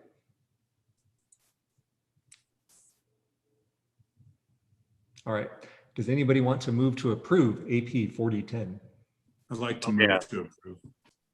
Okay, so Jeff gets it. Brian, you get to second it. So moved by Jeff Winter, seconded by Brian Wilbur. To approve AP 4010, we have a hand up. What's up, Donna? So just point of clarification. Point of information. Point of information. So what you just said about, okay, and then after the College Council, it goes to, that is not on here, or that? Or No, because this is about clarifying. No, that is not on here. And that's because this is about what? Like, does it ever say that the Board of Trustees is the one who has the final decision, or is that in there? Oh, that would be in the, I'm pretty sure that's in the BP. I'll pull it up to double check. Okay. There's another hand up. I missed where, who's Dr. Bernardo? I'm sorry. This is probably a non sequitur, so I'll lower my hand. Okay. We're talking about 4010, right? Oh my gosh. Wait, there it is.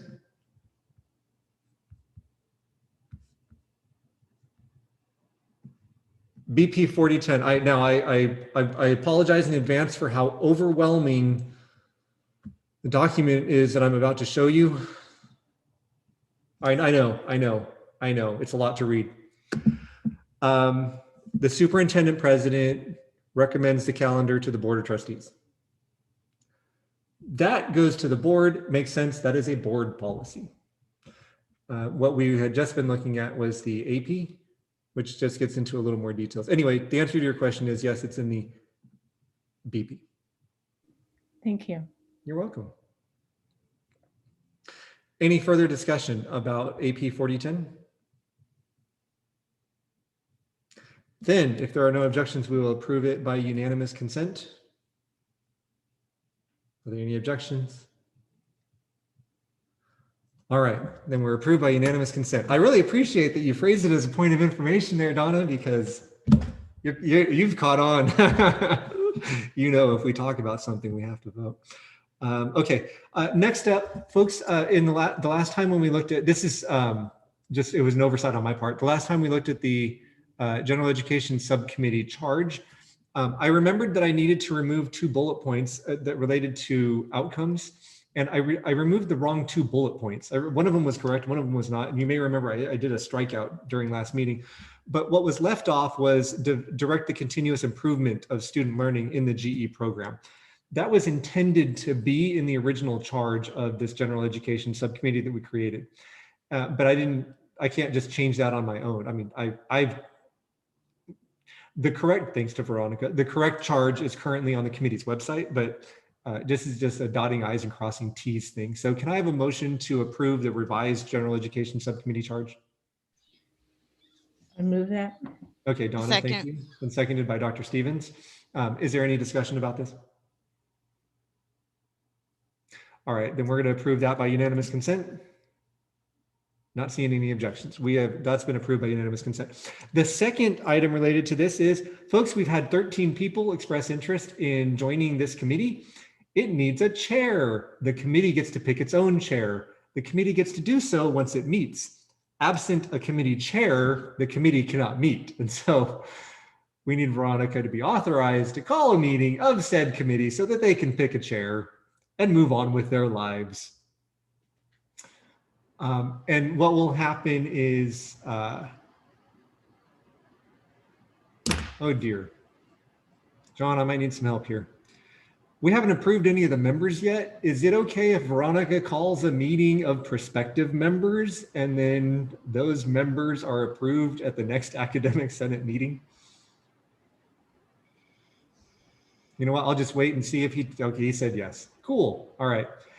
There's a hand up, Jeff. I'd like to move to appoint Veronica as the chair. I reject that motion because the Senate doesn't do that. I think what you mean to do is you want to move to approve Veronica or to authorize Veronica to call a meeting. That sounds better. Yeah, okay. That I'll go with. Okay, so moved by Jeff, seconded by Terry, so that Veronica can call a meeting of the GE subcommittee. And is there any discussion about that?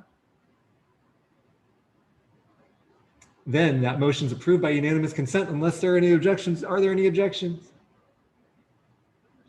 Then the motion's approved. Veronica, you can call that. Hey, I need to know who made the last motion. The one to approve the revised general education subcommittee charge. So it was Donna Nordstrom was the mover, yes. And then who was the seconder? I thought it was Veronica, but maybe not. Was it Veronica? No, it was Dr. Stevens. I did, yeah, it was me. Okay, so moved by Donna, seconded by Dr. Stevens. And I'm really glad that my texts come to my watch. Okay.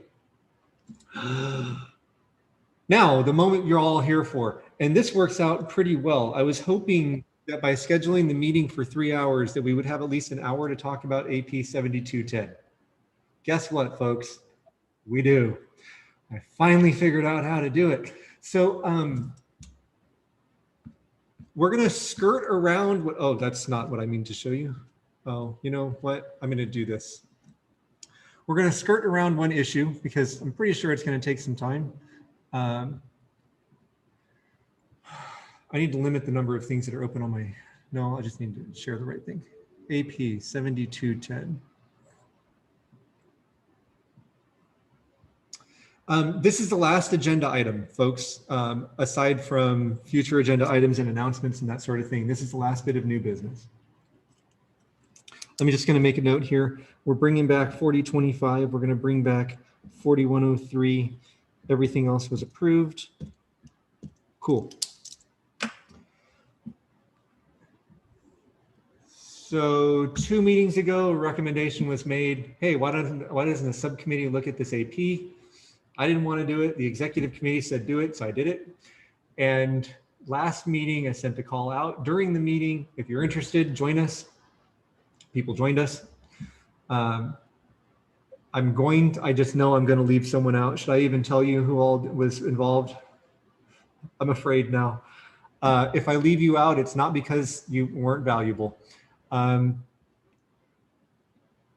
Gita Endor, Sylvia Ragone, Susan Bauer, Veronica Jaramillo, Jennifer Feebig, Jeff Baja, Bevel Constantine. I think that was it. If I left anybody out, I'm so sorry. If I did, say so. And if I didn't, if I don't hear anybody, then that means that they're not here and they don't know that I left them out. No, that was it. There was no one by that name. Somebody chatted with me. Anyway, this group met like 2 or 3 times, 3 times. Folks, one of them was a Friday afternoon at 4:00 p.m. They were willing to do that. I just want to let you know how dedicated these people were. I also figured out how to present this in such a way that you could track all the changes by the various people who have had their hands in it in a non-cumbersome way. So it's not all highlighted and everything. And I'll just kind of outline some things, and anybody who was on this ad hoc committee, if you want to chime in, let me know. But we added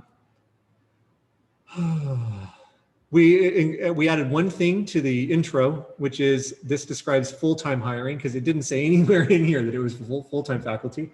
As you heard at the opening of the meeting, there's a different AP for part-time faculty hiring. But there were no changes recommended in the first paragraph. Section 1 had already been approved by the Academic Senate after being looked at by the Faculty Hiring Priorities Committee. So that got no change at all. There were some things that were recommended in part 2, and they were to include, rather than uploading a bunch of documents, if we want to see a digital portfolio, we can invite them to include URLs in their resume. Right? I think it's a much cleaner way to go. And then recommendations were to remove the reference to universal design.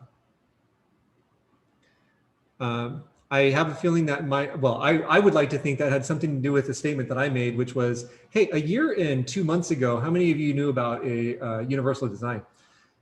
In a few years, we're going to have people who did not teach under COVID and did not get extensive DE training. And so I wouldn't want to exclude them because they aren't sure what universal design is.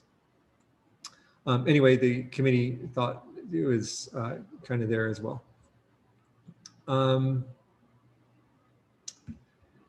Section 3 is the one I'm going to skirt and come back to because it's going to take some time. I just know it is. I'm not trying to hide anything. I'm just trying to be efficient here. Section 4, no changes were recommended. Section 5, we recommended changing that the screening committee is going to determine that each candidate has met the minimum qualifications. Screening committee doesn't do that. Screening committee, it just does the initial screening process, and we decided not to articulate what that is. And then preparing for the initial interview, section 6, we recommended no changes. Section 7, changing may to shall, and then adding a 1, 2, and 3 just to say, hey, these are the 3 possible outcomes that can happen. We can ask for a follow-up interview, we can send them directly to the final interview, or we can declare a failed search, just saying, hey, those are the 3 things. It's just for readability. We wanted to remove the reference checks. The reference checks are not done with members of the hiring committee. It's the chair that does it. So we were like, that doesn't reflect reality.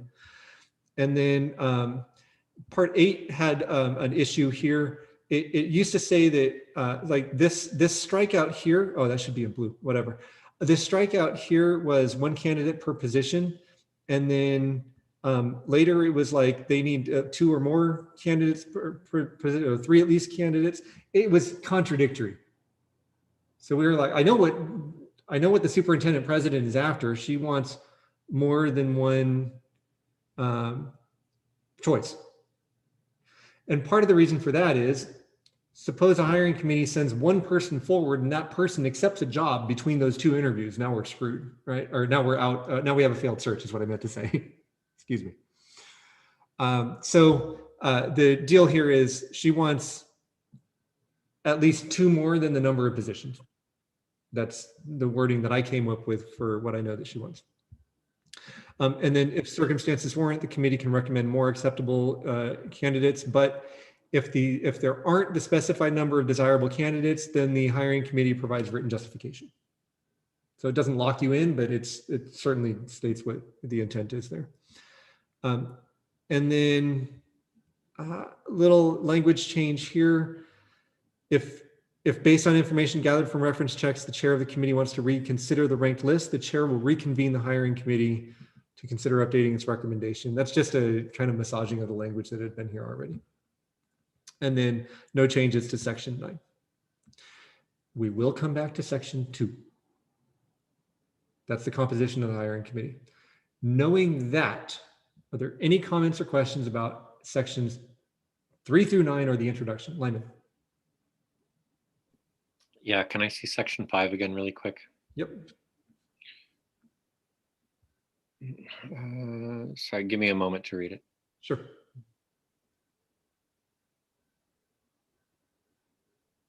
We have the time, so it's fine. Okay, sorry. I see it now. At first, I thought there was a non-sentence in there, but it's all good. Okay. Yeah, it's hard to with all the strikeouts and stuff. So there's the clean version that I sent out as well. So if you just want to do a second read on that, then that's fine. Donna. Okay. I'll need to come back. Sorry. Okay. Brian. Yeah, just a quick comment. Maybe you guys can explain. I understand, of course, why we should rank the candidates when we send them to the president, but I wonder if they should not also be scored. And I'm sorry if this sounds like I'm throwing a wrench, but let's say that, a ranking 1, 2, 3, but let's say if they scored on a rubric 100 and then 99, and then option number 3 is like a 12. I wonder if that's not an important enough part of the scoring system that's used to create the ranks, because ranks aren't scores and scores aren't ranks. I wonder if that might be something that should be put in there, or maybe something that would, maybe that's where the committee would reconvene. Here's the deal. I mean, you ask a good question.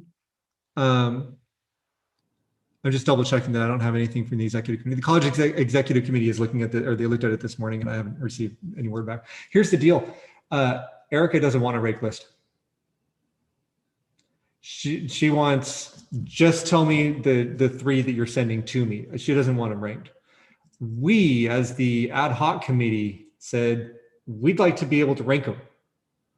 It could very well be that the superintendent president doesn't even look at the rankings that we say. So I think score is putting a finer point on it than is even desired, but I think even the ranking may not even be desired. I don't know if they're going to reject that part. You're still up. Yeah, ranking desired by what the president wants. So that's far less say in the hiring committee. So the hiring committee, if there's only like 5 people that apply, we put forth the top 3, and more or less that's it. There's no more decision making on the hiring committee. Then that's putting a lot of power in the president's hands. But I guess the president has that power. Yes, that's the statement that you just made, simplified.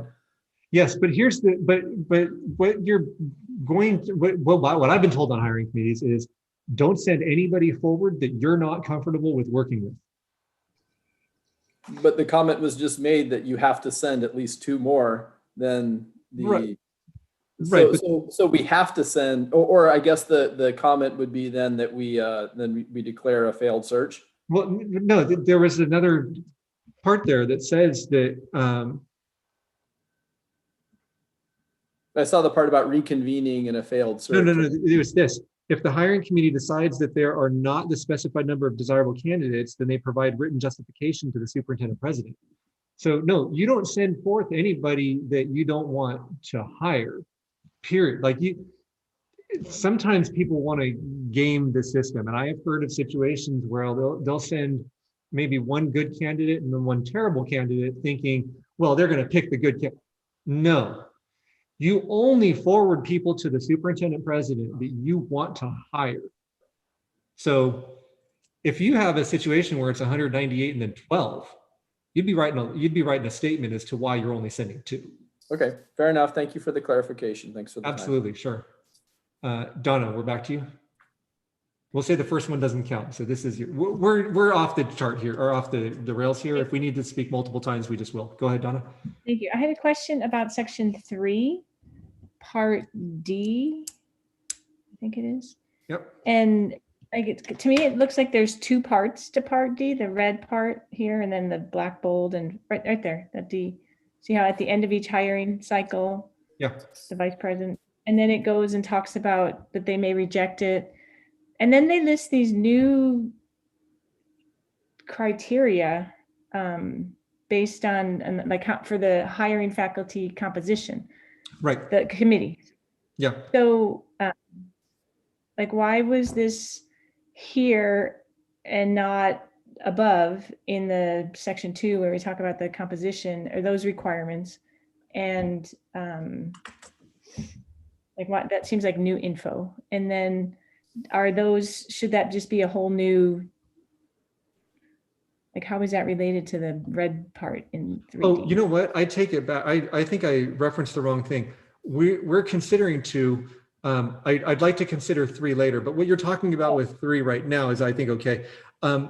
It maybe the better way to go would be to do this.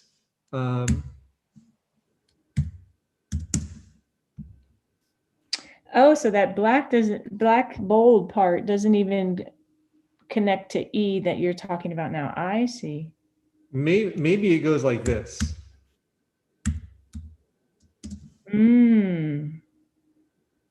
Because part 3 is all about selecting the hiring committee.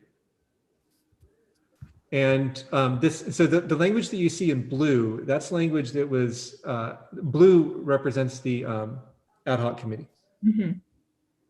So, but if we can't, so I'll just make this a tentative change now.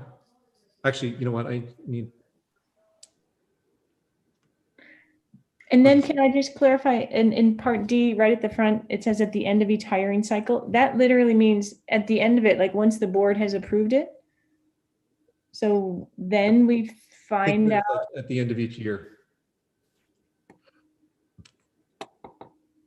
Yeah, like after the fact, like this was the composition of the hiring committees that we had. Yeah, so I'm just highlighting that to let me know that I need to track that change. But we will, I apologize for giving you the wrong numbers. We're going to stick in pin in 3 and we'll come back to 3. We can talk about 2 or 4 through 9. The next hand up is Terry. So I wanted to go back. I raised my hand because of the answers that were given to Brian's. And so I'd like to go back to that conversation. Yeah. We started today with a statement that we wanted to actually put it into policy what we actually do. Yep. And I would go to that same issue, having served on hiring committees, as many people in this academic senate have done for a couple decades. What is actually done and what is actually says in here, once it gets to the superintendent, is not necessarily the case. And I'm not trying to go back into the past, but I am trying to give guidance. And I think that Ryan's point was well taken, that what we send forward is important. If you're required to send 2 and the superintendent says, no, I need 2 or I need 3, then you have to send them. And there's been numerous times that I've sat on a committee where we've had to send someone we didn't want to send, just because a number is stated. So I think it's very important that we clarify in a policy that we have the options to do that. So I understand the desire of the president to make sure they can have a clean choice, but in the same respect, I feel like the work of the hiring committee, hours and hours and hours, are spent to get to a recommendation. And if they don't think 3 should go forward, then that should be accepted. And so I would want to support what Brian said, that there's a way that it goes forward for that. And I think Brian is right. I think if all you have is 1 and you need 2, then it's a failed search. which makes no sense to me, but that's a different comment. So what you're describing is how the AP used to read. It used to say if there's only one desirable candidate, they recommend the position be reopened in the event that the candidate does not accept the position. Yeah, but there's, again, so if that's the way and I know that that's the way it was read, but that wasn't what the president did. The superintendent president made us send 3 when we only had 2. When there was a clear ranking by scoring, as many as just to get to the second person might be a certain number of points, which this group might consider, a pretty big gap. So that the number doesn't matter. But the point is that by being forced to send more than the number of people that we feel could get hired to the superintendent, because the superintendent has the authority to say we need 2 or 3, puts the whole process in a compromised scenario. Do you have a recommendation? So it goes back to exactly what Brian was saying. I support what Brian was recommending, that there should be some method by which we send forward either a ranking or a scoring. So so this says that the hiring committee shall agree on and recommend a ranked list of candidates for a final interview. Right, and he suggested scoring versus ranked. So I guess I'm going back to the scoring process. I guess that's what I supported. I'm clearly, that's what I supported when what Brian said. Okay, I mean, it's up to this body to decide on the language, I suppose, that we're going to recommend, and just be fully aware that the current president, a future president, any president could completely reject any number or ranking that we get. Like it may not matter at that level. I'm not trying to have a dialogue with you, Matt, but I might get hit by a meteorite next week. So I understand, but that shouldn't be a part of my decision-making. I feel like the principle going forward is we shouldn't have to send somebody that we don't think should be hired because we went through hours and hours and hours process. How about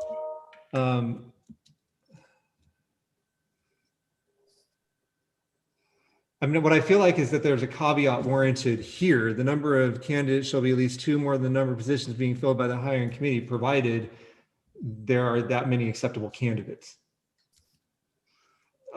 Correct me if I'm wrong, but this says we have to send a minimum of 3. I'm recommending a change to the language, like provided that there are, I need help with the words here a little bit, but. Thank you. I'm sorry that I'm not. Adequate numbers of candidates. Provide what, Lyman? Adequate numbers of candidates. But what we're talking about is provided there are that many acceptable candidates. Right. That's, yes. There you go. Qualified. Yeah, qualified.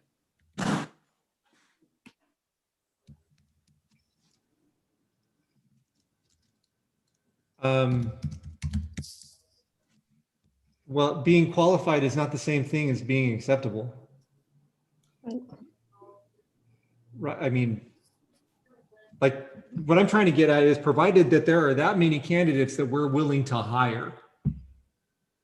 Right. I mean, the really foundational to this is you don't send anybody to the final interview if you don't want them to be hired. Period. End of story. And there shouldn't be a situation in which you're pressured to send somebody forward that you don't want to hire. So that's where I'm like trying to come up with a release mechanism here. I appreciate that. Okay. I have several hands up here. Lyman is next. Yeah, with all due respect to the president, who was a lovely person, Dr. Jonas. But if we're going to have to be requested to send a written justification why we're not sending forward X numbers of candidates, then, you know, if someone is not going to sort of take a look at our ranking, I'd like a written explanation back from the superintendent president as to why they are perhaps ignoring the desired rankings from the selection committee, the hiring committee. So, I mean, I know that's a ridiculous thing to ask for, but it just seems reasonable that if we're going to have to provide a written explanation, I'd like to hear one back too. If all that hard work is getting relatively ignored, right? You know, well, I'd like to know why. Okay, Brian. Yeah, one last point that gets back to the root of most of my questions about the hiring committee. I was wondering, maybe we need to change it to qualified applicants that are approved for hire by the committee. I mean, there's sort of like a ranking, and then there's a scoring, and then there's, you know, what you're trying to do is summarize to the point where these people are all approved by the hiring committee for the position. But I would also point out that the point in all of this behind Lyman and Terry's comments too, is that the hiring committee is more or less made up of, at least to some degree, experts in that field. I mean, there's always outside folks as well. And Dr. Andrew Jonas might not be an expert in your field for your hiring committee. And that's a big part of the expertise of the hiring committee. And that's part of what should roll into this, the idea that they are approved for hire by the hiring committee. And you guys can help me massage the language. Well, but I mean, that's why the hiring committee does all the work that it does to screen the candidates and to make sure that they have that required content knowledge, and to make sure that, that's why I keep saying, you don't forward someone to the president that you don't want to hire. You've done all that work already in the hiring committee. But again, it comes back to what Terry keeps pointing out and agreeing with me, is that this says that you have to send X number of people, but it needs to be X number of people that are approved by the hiring committee. And if there aren't X number of people that the hiring committee agrees that they would want to work with, then maybe there needs to be less than 3. Okay, so I've highlighted the language that has been recommended, saying provided that there are enough candidates that you want to hire. And then later, you want to hire. That's the simplest way of putting it, and it's probably the best.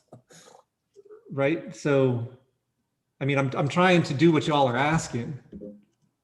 I would just strike hiring, provided that there are that many qualified candidates that are approved for hire by the committee. That's a little cleaner. And thanks for your patience, Matt. Yeah, I would like to remind you all that the reason that this went to committee was so that we could look at it, right? This language is the recommendation of the committee, just reminding you. We have a lot of hands up here. Dr. Bernardo, and then I think a hand went down at some point, but Dr. Bernardo is next. Hi, sorry, I'm just trying to get clarification here about how things are done. So is there a score that is given to all candidates once they are interviewed? So if there is a score that is given to all candidates, is there a threshold score? Meaning, you know, if somebody gets lower than whatever the score is that they've decided is a threshold, they cannot be ranked for, you know, for hire, for recommendation for hire or something like that. Maybe that would help with the language or the specifications. That's committee specific. There's not a, I mean, even like the total points possible in the scoring is committee specific. My experience has been that the hiring committee members rank the applicants, and then they score the applicants, and then based on that scoring, they rank them. And then based on that ranking and the scores together, there's a determination about who to send forward, but it is committee specific. Terry.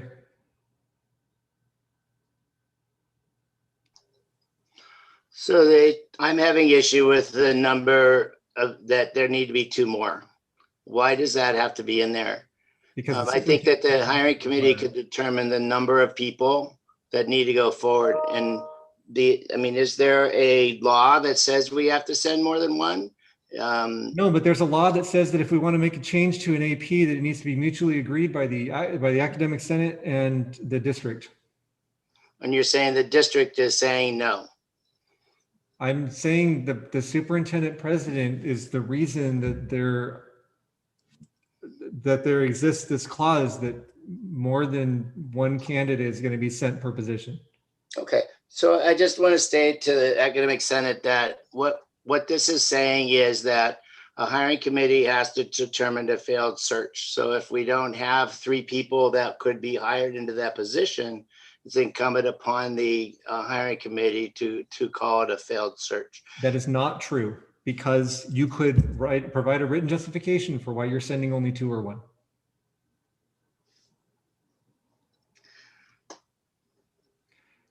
Lindsay.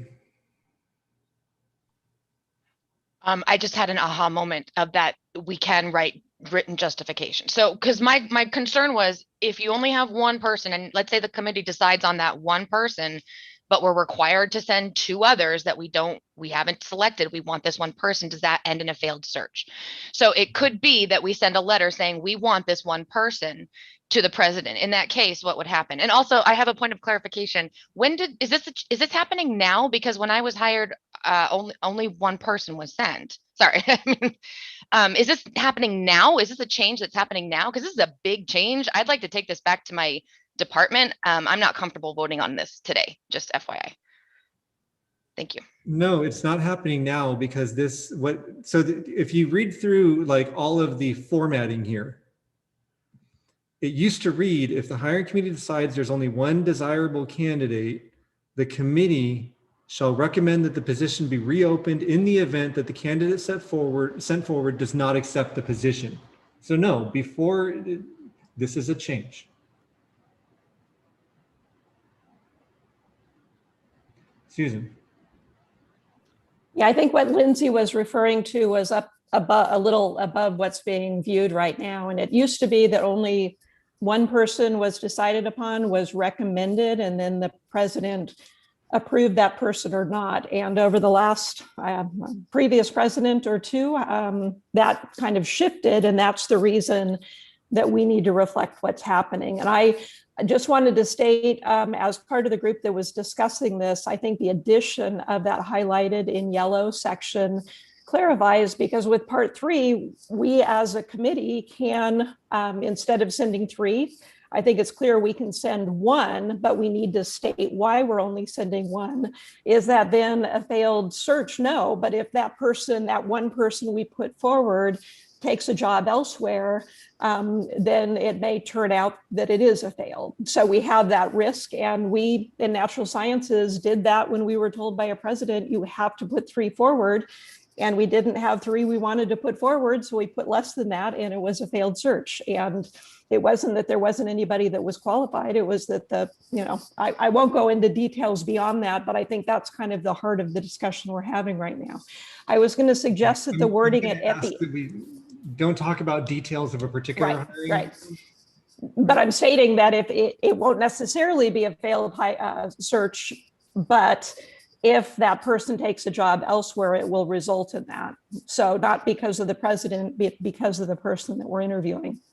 I was going to suggest that the wording that we have highlighted run parallel to what's in G3. So we have the term, I think we left it desirable candidates. So if we're using qualified candidates, again, I think that's a little bit tricky, because there will be qualified candidates that may not be, I don't know if the word desirable is the best term to use there, but that's what we used in part 3.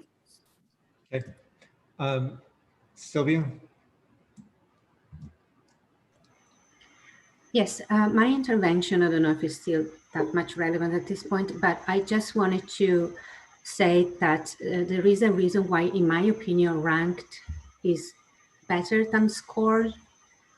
Is because if we rank the candidates, is the committee that is having a discussion about which of these candidates are desirable to move forward, and it gives the committee more, in my opinion, more power, because it's about the conversation that happens in the committee.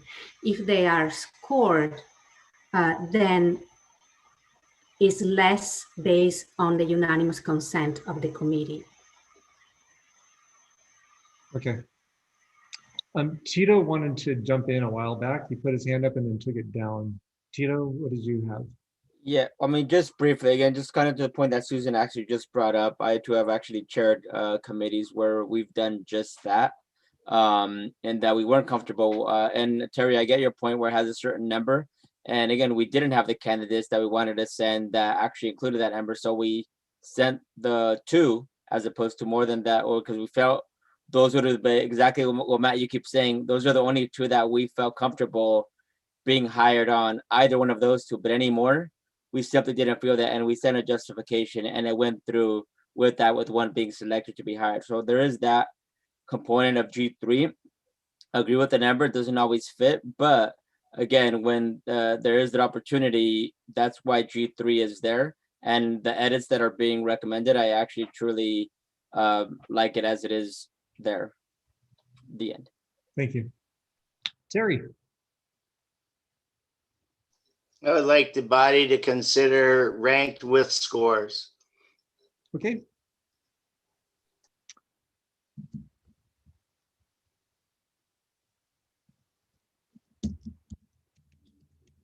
I have my hand raised as well, Matt. I know. Oh, I'm sorry. Maybe you can give me, maybe the body can give me an informal, like, yes or no. I know a couple of you have your hands up and I can see who they are. Can you like use your reactions and click on a yes or no as to whether you want to see scores here or not?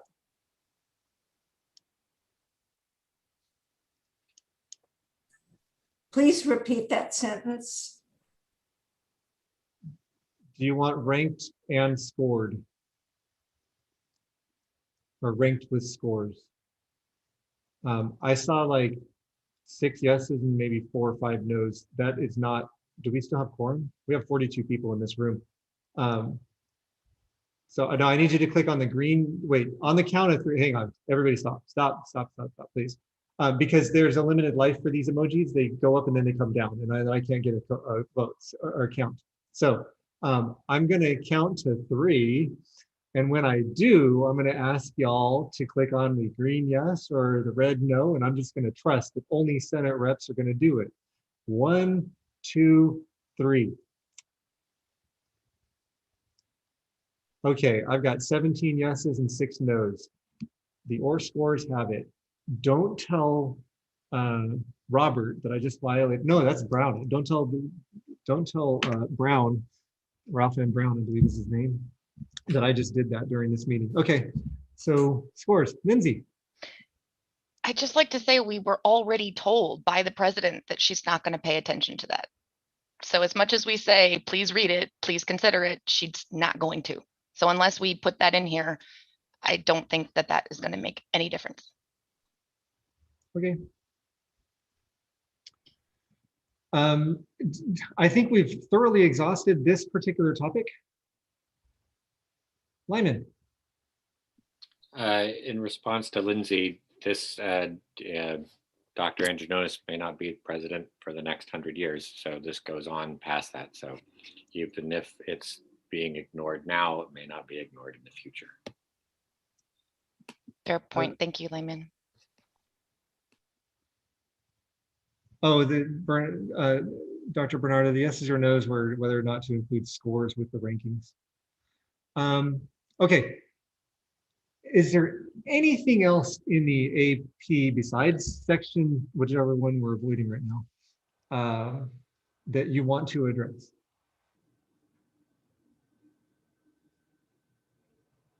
Okay, cool. Just a reminder, what you have in your packet is a list of recommended summary of edits. You have the edited version, you have the clean version. So I hope, I mean, you got that last week, so you should have had time to read that over. So we've adjusted 8 to kind of give this, I'll call it a backstop, saying we'll only send 3 if there are 3 acceptable or desirable candidates. Then is it possible that y'all are willing to approve the introduction and sections 2 and then 4 through 9? Or are y'all, you want another couple weeks or another week or two with this before you're willing to approve parts of the document? I'm down with getting some of the less contentious stuff out of the way. Okay, the low hanging fruit is how I think of it, right? So can we approve the intro?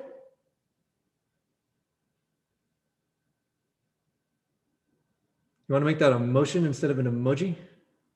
Yeah, I so move. Oh, okay, Lyman. And I second that. That's who I was talking to. So moved by Lyman, seconded by Jennifer to approve the intro. Any discussion on the intro? Then unless there are any objections, we're going to approve the introduction by unanimous consent. Are there any objections? Cool. That motion's approved. We have approved the intro. I'm going to skip 2 and 3 this time. We're going to go to 4. Any problem with number 4? Let me rephrase that. Does anybody want to make a motion to approve section 4?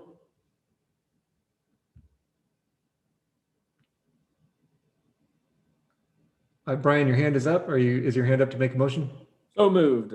I move Okay. to approve 4. Brian Wilbur has moved that we approve 4. Is there a second to that motion? Seconded.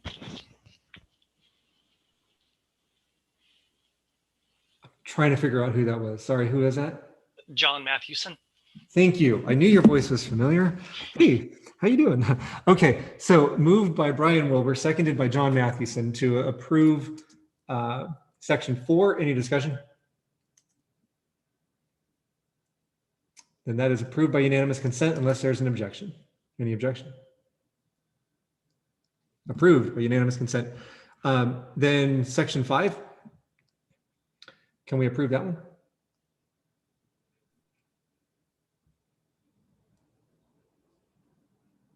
I move that we approve section 5. Thank you, Susan Bauer. And I second that. Jennifer Feebig. Jennifer Feebig. All right, cool. So, it strikes me that we technically don't need a second because this has come from an ad hoc committee. Anyway, moved by Susan, seconded by Jennifer to approve section 5. Is there any discussion?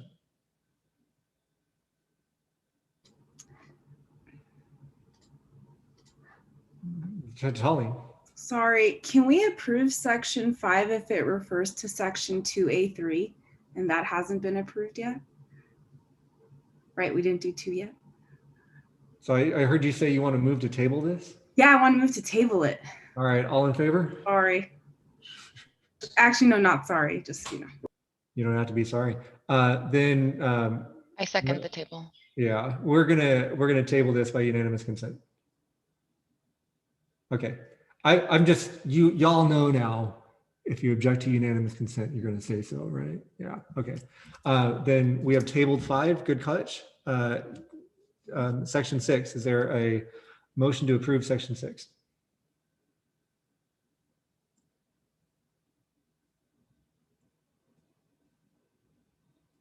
The movers are like, I don't want to keep making the motions. I'll be all over the minutes. I'll do it anyway. Terry, right. you got it? No, I was just go ahead. Sure. I move to accept. Okay, I'll second. Okay, so moved by Terry, seconded by Susan. I appreciate your assistance in moving this along. Yeah. I'd like to speak to it quickly, just quickly. I heard Dr. Bernardo talk earlier about the need to have anti-racism in here. Is this someplace that it should go because we have diversity, equity, and inclusion? Or are we good covered with those topics, Dr. Bernardo?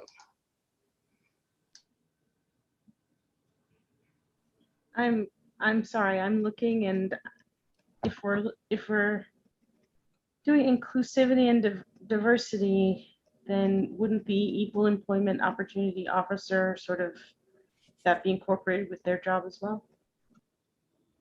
So remember that this is talking about the list of candidates selected for an interview to be inclusive and diverse, right? This isn't a philosophical thing here. Tallene. I'm going to be that person. So I moved to amend something before we approve it, and it's pretty simple, but it has to do with inclusivity. So if we're talking about inclusivity, shouldn't it be he, she, they? Because pronouns are also an inclusive piece of the puzzle. So there are 4 mentions of he, she in the document, and I move that we make it he, she, they. I second that. Okay. Is there any objection to approving? Oh, excuse me. The motion by Tallene and seconded by Lindsay is to amend all instances of he, she to he, she, they. I had to do that officially to, like, I had to say it for the motion to be on the floor. I have a question. Yes? Is it related to the motion of he, she, they? Yes. Okay. Well, I'm wondering whether we would do the same thing by eliminating the pronouns entirely.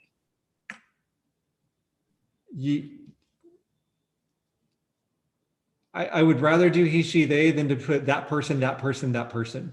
Well, you don't have to say representatives shall assist, you know, etc. It doesn't have to have a pronoun if the title of the person or the job of the person is in there. Right. I think what that would require, I mean, then we'd have to make sure that, like, for he, she, every instance of he, she, that's possible. If a person from outside the college is invited to the hiring committee, that person may be invited to participate. Yeah. And all of them. I mean, what's wrong with he, she, they? Because there might be something else next year. Well, there's a motion on the floor to make it he, she, they. And we can have a roll call vote, or we can do the unanimous consent thing. If anybody, actually we can't, we just discussed it. So it's going to be a roll call vote to change all instances of he, she to he, she, they. And if you don't approve, or if you don't support it, then you'll say no. And oh shoot. And Dr. Lopez is not here right now, and I wasn't ready for this. Can we table that as well? I second that. I mean, there's a motion to table. Who moved it? Armia. Armia. And then who seconded it? Carmen, Dr. Stevens. Dr. Stevens. Okay. I was like, it's Dr. Stevens, it's not Carmen. So there's a motion to table. I don't even remember if a motion to table is discussable or debatable. John, are you here? I have my Robert's Rules cheat sheet. I know this is supposed to be all efficient and everything, isn't it? Brian, your hand is up. What's up? Yeah, maybe this is just too simple, but my internal editor pops up. Could we not just change it to they instead of he, she, they? Just to simplify? This is not debatable. Sorry, I can't do that. Oh, so if that's your preference, then that's okay. If that's your preference, then you would vote no if the motion carries. So there's the motion to table, and the motion to table is not debatable. It just needs a majority. So yeah, I have it. But it does need to be voted on. It needs to be a majority. So is there an objection to approving the table by unanimous consent? Then that motion carries and it's been tabled. But folks, if the tabling is because that motion hasn't passed, we just tabled. If the tabling is because I wasn't ready with the attendance roster, it wouldn't, to me, it wouldn't be a good idea not to have any votes at all because I wasn't ready for a vote. Like, I don't want to table everything if it's going to come down to a roll call vote, is what I'm saying. So I will work on that, but I think you're okay. like we're all fine with the way you're handling it. I'm just letting you all know, I'm going to work on getting a document ready so that I can actually have a roll call vote in the case it's needed, because I'm not okay with tabling everything just because I wasn't ready for a vote. So we have now, I don't even know where we were anymore. Tabled the he/she business. Yeah, we were in 6. The motion on the floor before that was to approve 6. If I remember correctly, did we get that far as making a motion to approve 6? Yeah, okay. Then there are now hands up. Lindsay. If we have time to move forward, I don't see why we didn't have time to vote on that, because I think that would have been easy to do. It would have been productive. Does tabling mean that it's going to come immediately back next meeting and we're just going to do it all over again? Because tabling is a reordering of stuff. Whoever made the motion to table. I am now ready for a roll call vote for what it's worth for now and future reference. Well, it all happened so quickly. I mean, you said unanimous consent to not table. It's honestly, I would have preferred to vote on it. So I'm frustrated. I know we're out of time, but why are we moving on with other things if we're saying that we didn't have time to do that? We're not out of time. Somebody made the motion to table, and then I didn't leave a long enough window open to see if anybody objected to unanimous consent vote on the table. So I'm confused. Is this coming back for vote? Yes. Okay, thank you. Terry, your hand is up. I am not a parliamentarian, but in my opinion, a motion to table is to place something on the table to be discussed at another time. And you have to move to bring it back off the table, or you can determine that at the time of tabling. So I think I'm not going to speak to the spirit of the Academic Senate, but I believe the Academic Senate was not trying to get rid of it, but bring it back as a part of the things that still need to be discussed. Usually there's a big difference between tabling and postponing, and tabling just means we're going to just talk about this later in the agenda and usually identify that. And I'm not trying to lecture, I'm just trying to help. Everything you said was accurate. Thank you. So there was an amendment and then it was tabled. We're back to the motion to approve 6.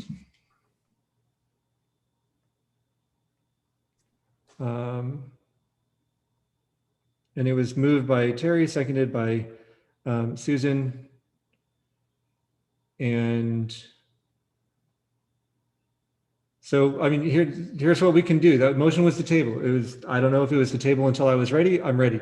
And I am sympathetic to what Lindsay was saying. This isn't an efficient way to run a meeting. It sucks because we're doing this via Zoom. If we were in the room, I'd say all in favor, you'd say aye, we'd move on, right? So if you want to move to like untable the he, she, they, I'm ready for the vote now. If you want to vote on section 6, you would call the question. Dr. Stevens. Yes, I seconded the tabling. And the reason why is, yes, partially because you needed to get ready with the role. But then at the same time, you were looking through the document for all the he, she's to see if we could change it to that or participant or other stuff. And so I felt like the people who raised those questions, that would give them time to look through to see if the different alternatives we could provide, because it's for the whole document. It's not just for section 6. Right. It was for, So it was for, sorry. Yeah, it was 4 occurrences. And Matt, I motioned the table for the exact same reason. In the moment, there was a lot of suggestions. And to be honest, I thought you had more to cover. And it just seemed like to me, a great idea to change it to they. But then when the other voices came up and the fact that it would be for the entire document, I didn't know if we were in a position to make that decision right then. So I recommended tabling. I'm not married to the tabling. Whatever the Senate wants, I'm fine with. I mean, it's already been tabled. Exactly. I need us to stop talking about the tabling because the table has happened. We're on to the next subject. And right now the motion on the floor is to approve section 6. Dr. Bernardo, your hand is up. Sorry, that was to revisit, but if we're not doing that, then I'll lower my hand. We are certainly not.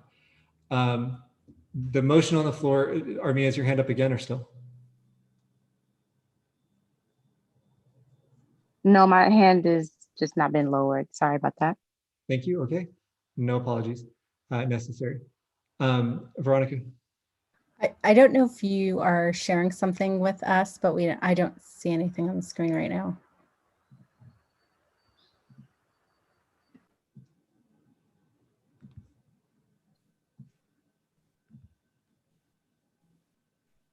Okay, now I see it. Thank you. Okay, I moved it out of the way because I only have so much real estate on my screen. Thank you. The motion on the floor is to approve section 6. Is there any discussion about section 6? I don't remember if there has been discussion on section 6. I think there was. I think it's the he, she thing. We're coming back to the he, she thing. No, we're not. I can't tell you what to do as far as motions. There's a motion on the floor. Does anybody object to approving section 6 by unanimous consent? I think I object because I thought we wanted to revisit the he, she thing at some point. Okay, do you want to you want to untable he, she? Yeah. Okay, so there's a motion to untable he, she. Is there a second to that motion? Second. Okay. Sylvia got it before I mentioned that Susan's hand is up. So we're back to the he, she. This meeting ends at 6. So the motion on the floor that had been tabled and is now back on the floor, as stated by the chair, I just had to furniture, is to change all instances of he, she to he, she, they. I'm going to revise the motion because it's an amendment to the current motion. Sorry, my email said 6. I apologize for not changing the agenda. The current motion is to approve section 6. So the only thing we're going to consider right now is changing he, she to he, she, they in section 6. We've discussed it. It's going to a roll call vote. I'm doing this in whatever order you are in your divisions. It's not alphabetical. It's going to be a surprise for everybody. So try to be quick about it if you can. Veronica, yes, no for he, she, they, or yes, no, or abstain. Yes. Okay, Sheila. Yes. Okay, Gina, I believe is gone. Otherwise, I wouldn't be doing this. Bevel. Yes. All right, Gita. Abstain. Okay, Guyane. Yes. Deandra is not here. Zudi, Dr. Bernardo. Yes. Okay, Richard. I don't think Richard comes anymore. Jeff Winter. Yes. Mark Keene. Yes. Jeff Baja. He's not here. Okay, Blanca. Yes. Tulling. Yes. Armia. Yes. Carmen. Dr. Stevens. Yes. Okay. Yes. Tim Melnarek. Okay. Vinitha. Yes. Associate Professor Tyberg. Yes, thank you. You're welcome. Blanca Rodriguez. Okay, Terry. Yes. Susan, your hand is up. I do recognize that, but I can't recognize it because I'm taking the vote here. Jennifer? Yes. Okay, Lindsay? Yes. Ken Simon? Yes. Israel? Yes. And everybody in the room knows this is going to pass, but you also know I have to finish. Lyman? Yes. Juan? Yes. John Mathewson? Abstain. Susan? Yes. Valerie.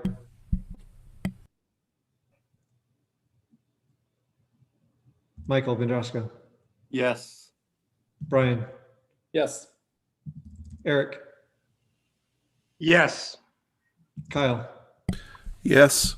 Jennifer. Yes. Anthony. Yes. Rebecca. Yes. Sylvia. Yes. I'm a little amazed that many of you are still here. Okay, the motion carries. And pleased. Okay, so there's that. I just need to, this is the he, she, they vote. And we will close at 6. We're going to change this to he, she, they. And then now we're back to the original motion on the floor, which was to approve. What do you mean? Section 6. So all in, is there any discussion on section 6?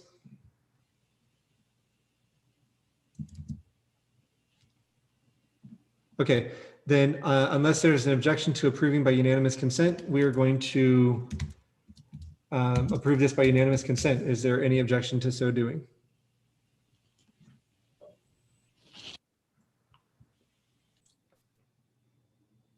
Okay, that motion carries.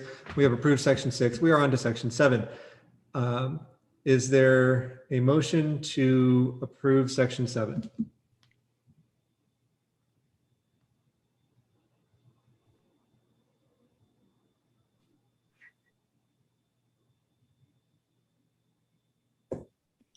Yes, I so moved. Sorry, I just was dealing with something here. I need to go back. Who made the motion to untable the he, she, they? I apologize, but we need this for our record. I think that was me, Dr. Bernardo. I think it was. And then who seconded it? Was it? Sylvia, everyone. Okay, so Dr. Bernardo and then Sylvia seconded. Okay, thank you. And then we are now to section 7. Are we okay approving section? No, section 7. I so move. Okay, so Lyman, that's right. You already moved. Is there a second? A second. Okay, so moved by Lyman, seconded by Sylvia to approve section 7. Is there any discussion? Okay, then all in favor of approving section 7? Sorry.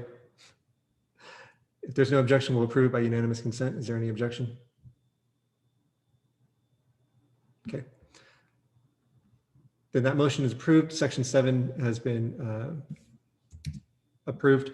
I'm not going to do 8 and 9 right now because there's some stuff that we actually have to talk about, like some stuff that I actually thought we needed to talk about that is kind of bigger than what we have been talking about. And it's I'm going to go to section 3 because you need time to hear this. I mean, you need time to think about it. Lyman, what is that? Yeah, I'm just trying to keep track of all this. What have we approved so far? I know we got the intro and 6 and 7 and 1. And could you just tell me what we've got so far so I can keep track of this? That's it. Intro 1, 6, and 7. Okay, thank you. 4. Intro 1, 4, 6, and 7. Did we do 8 as well? No. You're saying No, you just said you were going to skip 8 and 9. 5 was tabled because it connects to section 2. Okay. Folks, we had some conversations in the Senate. We had some conversations in the ad hoc committee. This language is terribly confusing, but the whole idea here was it used to say at least one voting member needs to be from a historically underrepresented group. The dean said at least 2 and at least 1 needs to be from an underrepresented race. The Senate said we want those numbers to be 3 and 2. The ad hoc committee said, let's say it's at least 3 is preferable, but a minimum of 2. This seems to be confusing to everybody who reads it. And then at least 2 from an underrepresented race are preferable, but a minimum of 1. Okay. And then all that happened on, I think, Wednesday in the ad hoc committee. And then I had a 45-minute conversation with the Vice President of Human Resources. And you are unmuted. We can hear you, Gita. And he pointed out to me that that is discriminatory. Yes. Yes. I'm going to mute you. And based on my conversation with him, I am recommending entirely different language to replace this whole paragraph here. I will explain myself. The hiring committee shall be composed of 5 or more voting members and shall include a non-voting equal opportunity representative. When forming a hiring committee, the discipline or area shall make every effort to ensure the hiring committee is diverse and inclusive. Part of the reason for that is in Ed Code. And I'm going to share with you some of Ed Code, because I don't think enough people look at Ed Code in the world. It was this right here. A district may not designate or set aside particular positions to be filled by members of any group defined in terms of ethnic group identification. Okay, so that's about hiring. You can't say, we are only hiring a Latinx person to teach sociology of Latin Americans, right? So at first I was like, yeah, it didn't apply to us. Nor may a district apply the equal opportunity employment plan in a rigid manner which has the purpose of or effect of so discriminating. And that, together with the statement that specifying a certain number of people on a hiring committee to be of a certain group, is discriminatory. Those two things together make me say this is not going to pass legal muster. College legal counsel probably won't let that happen. So this is information that I got after the ad hoc committee had done meeting, which is why I just sent it to everybody saying, hey, this is the recommended change, right? As I said, the conversation that I had was like 45 minutes. Here, there was a reference to section 53001 of California Education Code.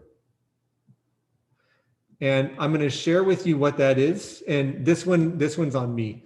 I'm going to go out on a limb and say that the ad hoc committee just like trusted that I knew what I was talking about here. It's a definition for a significantly underrepresented group. And a significantly underrepresented group means any monitored group for which the percentage of persons from that group employed by the district in any job category is below 80% of the projected representation for that group in the job category in question. Here's what this means to me. If we have 1,000 employees, and if in the population, and I'm going to single out you know what, I'm not going to single out a group. If in the population, there is 20% of a particular group in the population, then we could project that we would expect to see 200 of those employees being from that group. Y'all with me on that? To mirror what's in the population. If there were fewer than 40 of those individuals when we expected 200 of them, that's what would be significantly underrepresented. We don't have any of those groups on our campus. Are you telling me I'm wrong, Lyman? Yes, it's not the 40, it's the 160. No, it's below 80% of the, I somehow flipped it from 80 to 20. It's the 160. Well, that makes a difference. I still think we don't have those The groups. bar for being underrepresented is a relatively mild bar. We're talking, but yeah, and this is significantly underrepresented. we would have to analyze our demographics of our area and of our college to determine if we even have anybody in this significantly underrepresented group or category. I know we have had talk about the low numbers of African-American students or the members of the African diaspora as our student population. The same is not true in our employee population. So for instance, African-Americans are not significantly underrepresented on our campus as employees on our campus. I'm not trying to argue that the proportion shouldn't be increased, it should. I'm saying it doesn't fit the threshold for significantly underrepresented. That was in the language that had been in here before. And once I started to understand a little more about that definition, evidently it's a work in progress. I wanted to remove the reference to significantly underrepresented. Now, there are several hands up here.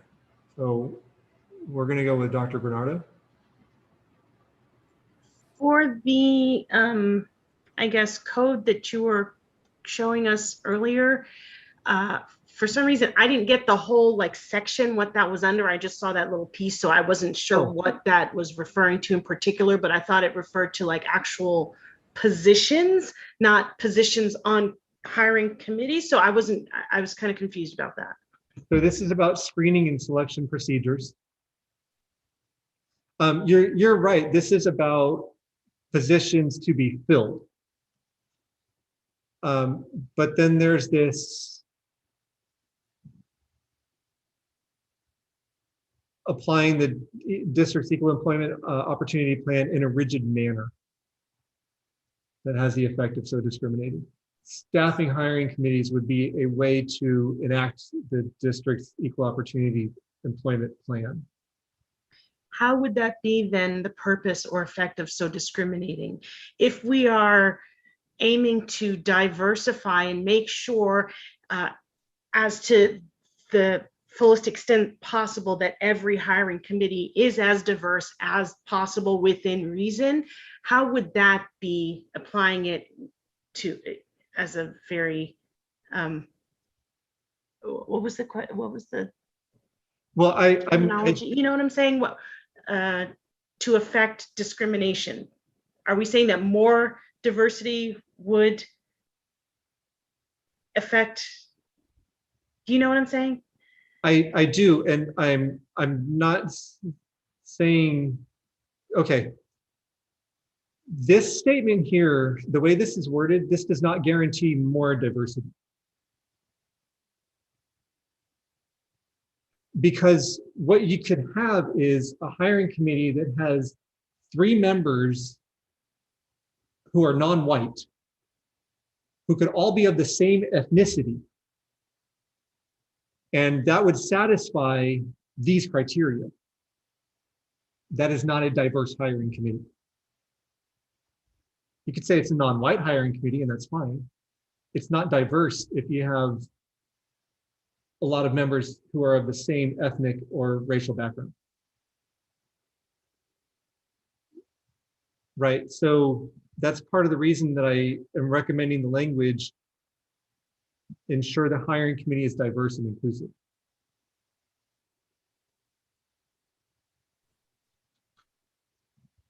I'm sorry, may I follow up? Can we, can we motion to take another look at this? Because I'm not sure I like either of the choices, like the in lieu of paragraph or the other convoluted language. I mean, I think this sort of whole thing needs to be reworked. That's why we're looking at it. That's why I jumped out of approving section by section so that we would have time to look at this for a first time. And I can already tell, we're going to meet again next week. We're going to have a meeting from 4 to 5. It'll be after the reading circles on May 10th. Because folks, it is my serious goal to have this approved in a form that you're willing to approve and to have it approved by on May 17th. We clearly need more time. Bevel. Yeah, I do think that whatever we do, ultimately we want as much diverse individuals on the hiring committee. Something that we discussed in the subcommittee, a proposal that I had was to possibly make a recommendation that at least one individual be from the African diaspora, one person from the Hispanic diaspora, at least one from the Asian American Pacific Islander diaspora, and one from the Native American diaspora.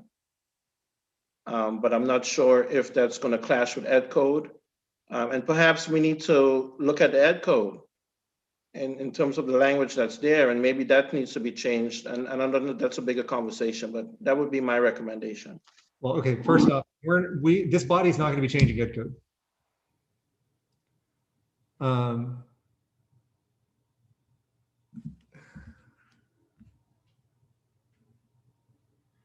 sorry, this is California Code of Regulations.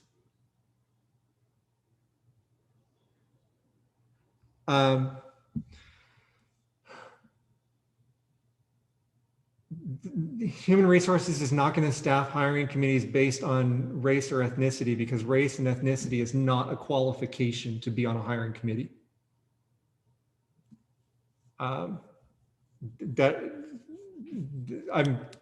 You can try it. I'm telling you, that's not going to happen.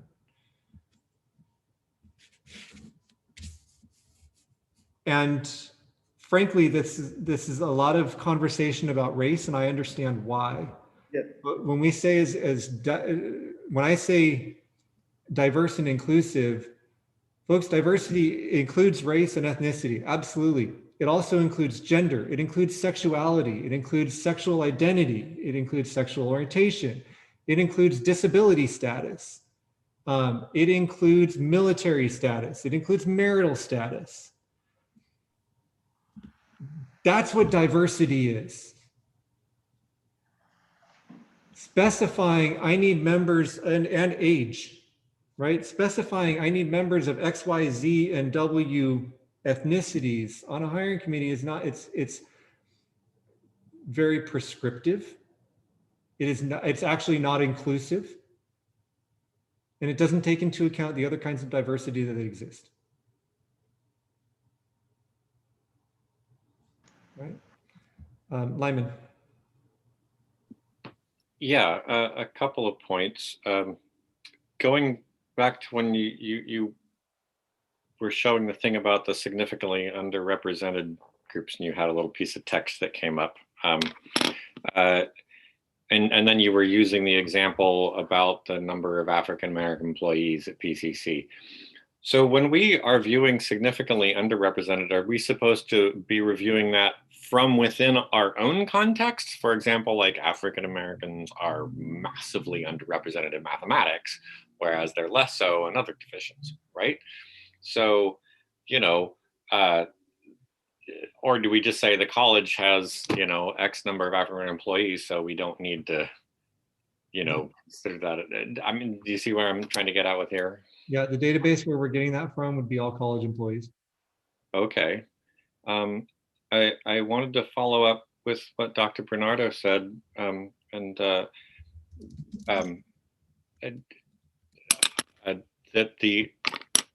we need to look at the intent, right? Of I'm sorry, I'm probably going to misrepresent you, Dr. Bernardo. Could you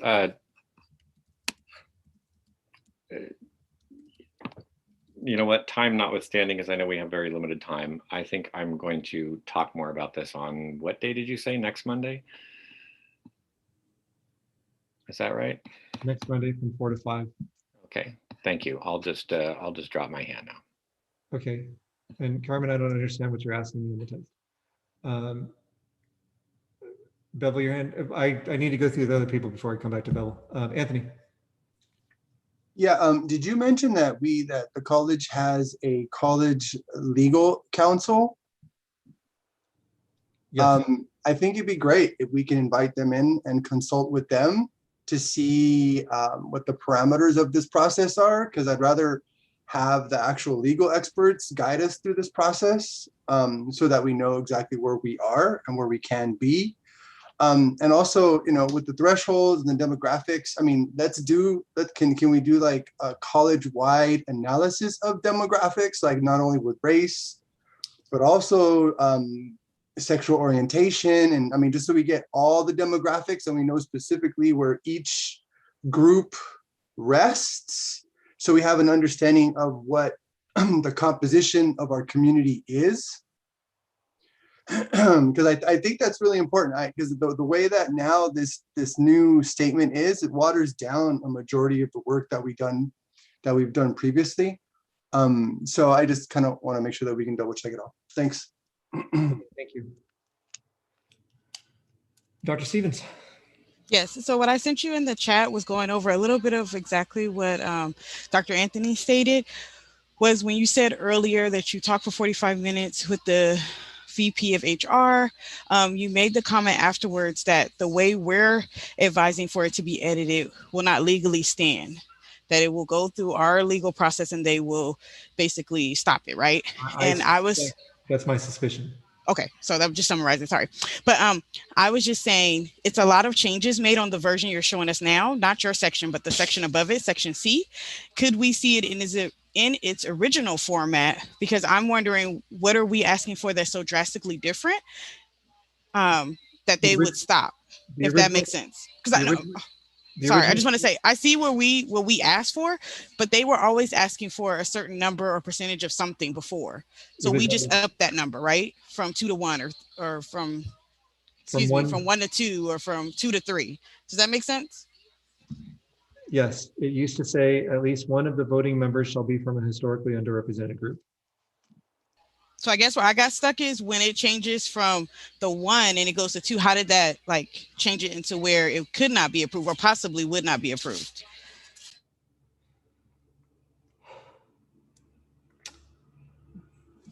I will say the Vice President of Human Resources has a problem with the part that is struck out as well. He said it, I mean, this AP was last edited a long time ago. He was hired after the AP was edited, is what I'm saying. Okay. He would not recommend that language either. Okay, thank you. That helps to know that, because I think that's where, for me, I stopped in the beginning. I was lost ever since then, trying to think of like, wait, what are we asking for that's so much different, to where it would be just shut down. So thank you. Yeah, you're welcome. I can invite anybody. I don't know if they will come. Bevel? Yeah, I do want to say that part of this discussion, when we talk about institutional racism, this is what it is. It's parameters within the institution that prevents the society from pushing for diversity. And it's part of our reading circles. It's part of the Black Lives Matter movement. People have died for the right and to demand diversity. And Matt has done a great job in leading our subcommittee. And I know it's sort of an emotional topic for some of us, but it does warrant another meeting. It does warrant more discussion, because when we talk about change in society, this is it, ladies and gentlemen. These are the things that we change in order to push for more diverse classrooms, diverse faculty, diverse administration, diverse board of trustees, because the diversity is our strength. It's going to unify us. It's going to make the US better. It's going to make the world better. Thank you. And what I will say is that it doesn't matter how diverse the hiring committee is if the hiring pool is not diverse. It needs to be multiple pronged. Armia, your hand is up. Yeah, I was thinking when we do meet again and to discuss this next meeting, can someone provide a breakdown of the ethnicity and faculty? Because I know that a lot of times they'll be like, well, the numbers are fine. Black people are underrepresented. Underrepresented, but in faculty, I was just wondering, could someone provide those numbers next meeting? Because it has been my experience on hiring committees. I know for sure if I was not in the room, things would have gone a different way.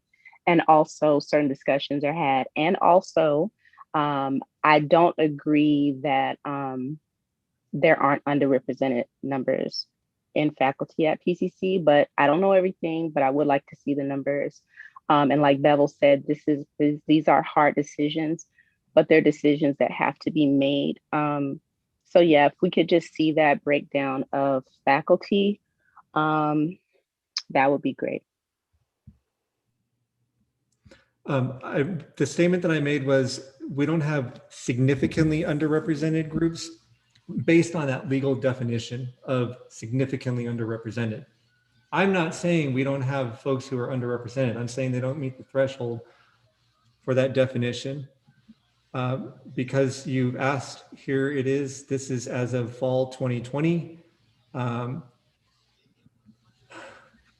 This is PCC demographic counts. And if you want to look at the, I'll blow this up. If you want to look at the most recent, this is 2019, 2020, by percentage. Oh, these are student counts. And then statewide demographics. So yes, we can look at those data as well. And the student trustee is reminding us that there is a Chancellor's Office data mart. He has put this into the chat. I'm going to send it to all of you because I've made the statement multiple times that there exists a Chancellor's Office data mart, and anybody can go look at it and find out the demographics for PCC. You can go to the U.S. Census Bureau and find out the demographics for Pasadena, Los Angeles, surrounding areas. I have done all of that. But that's not relevant at the moment. Our time is up. It's 6:04. We will continue this next week.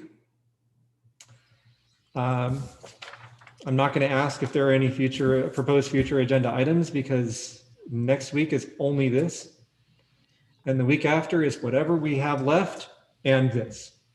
Okay, that's what I wanted to clarify. Sorry. I know you didn't call on me, but I just want to clarify. Next week, we're going to meet to review this, but we won't be approving it until the 17th. Is that correct? Or how is that being broken down?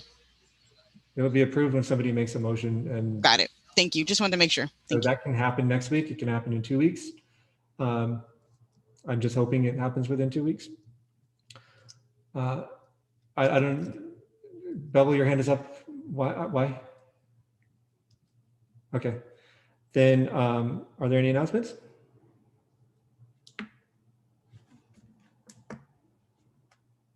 All right.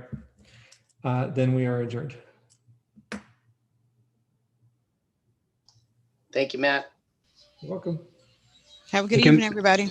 Thank you, Matt, for hanging in there. Constancy. Doing great. Bye, everybody. Thank you. Bye-bye. Thank you, everyone. Have a great day. Thank you.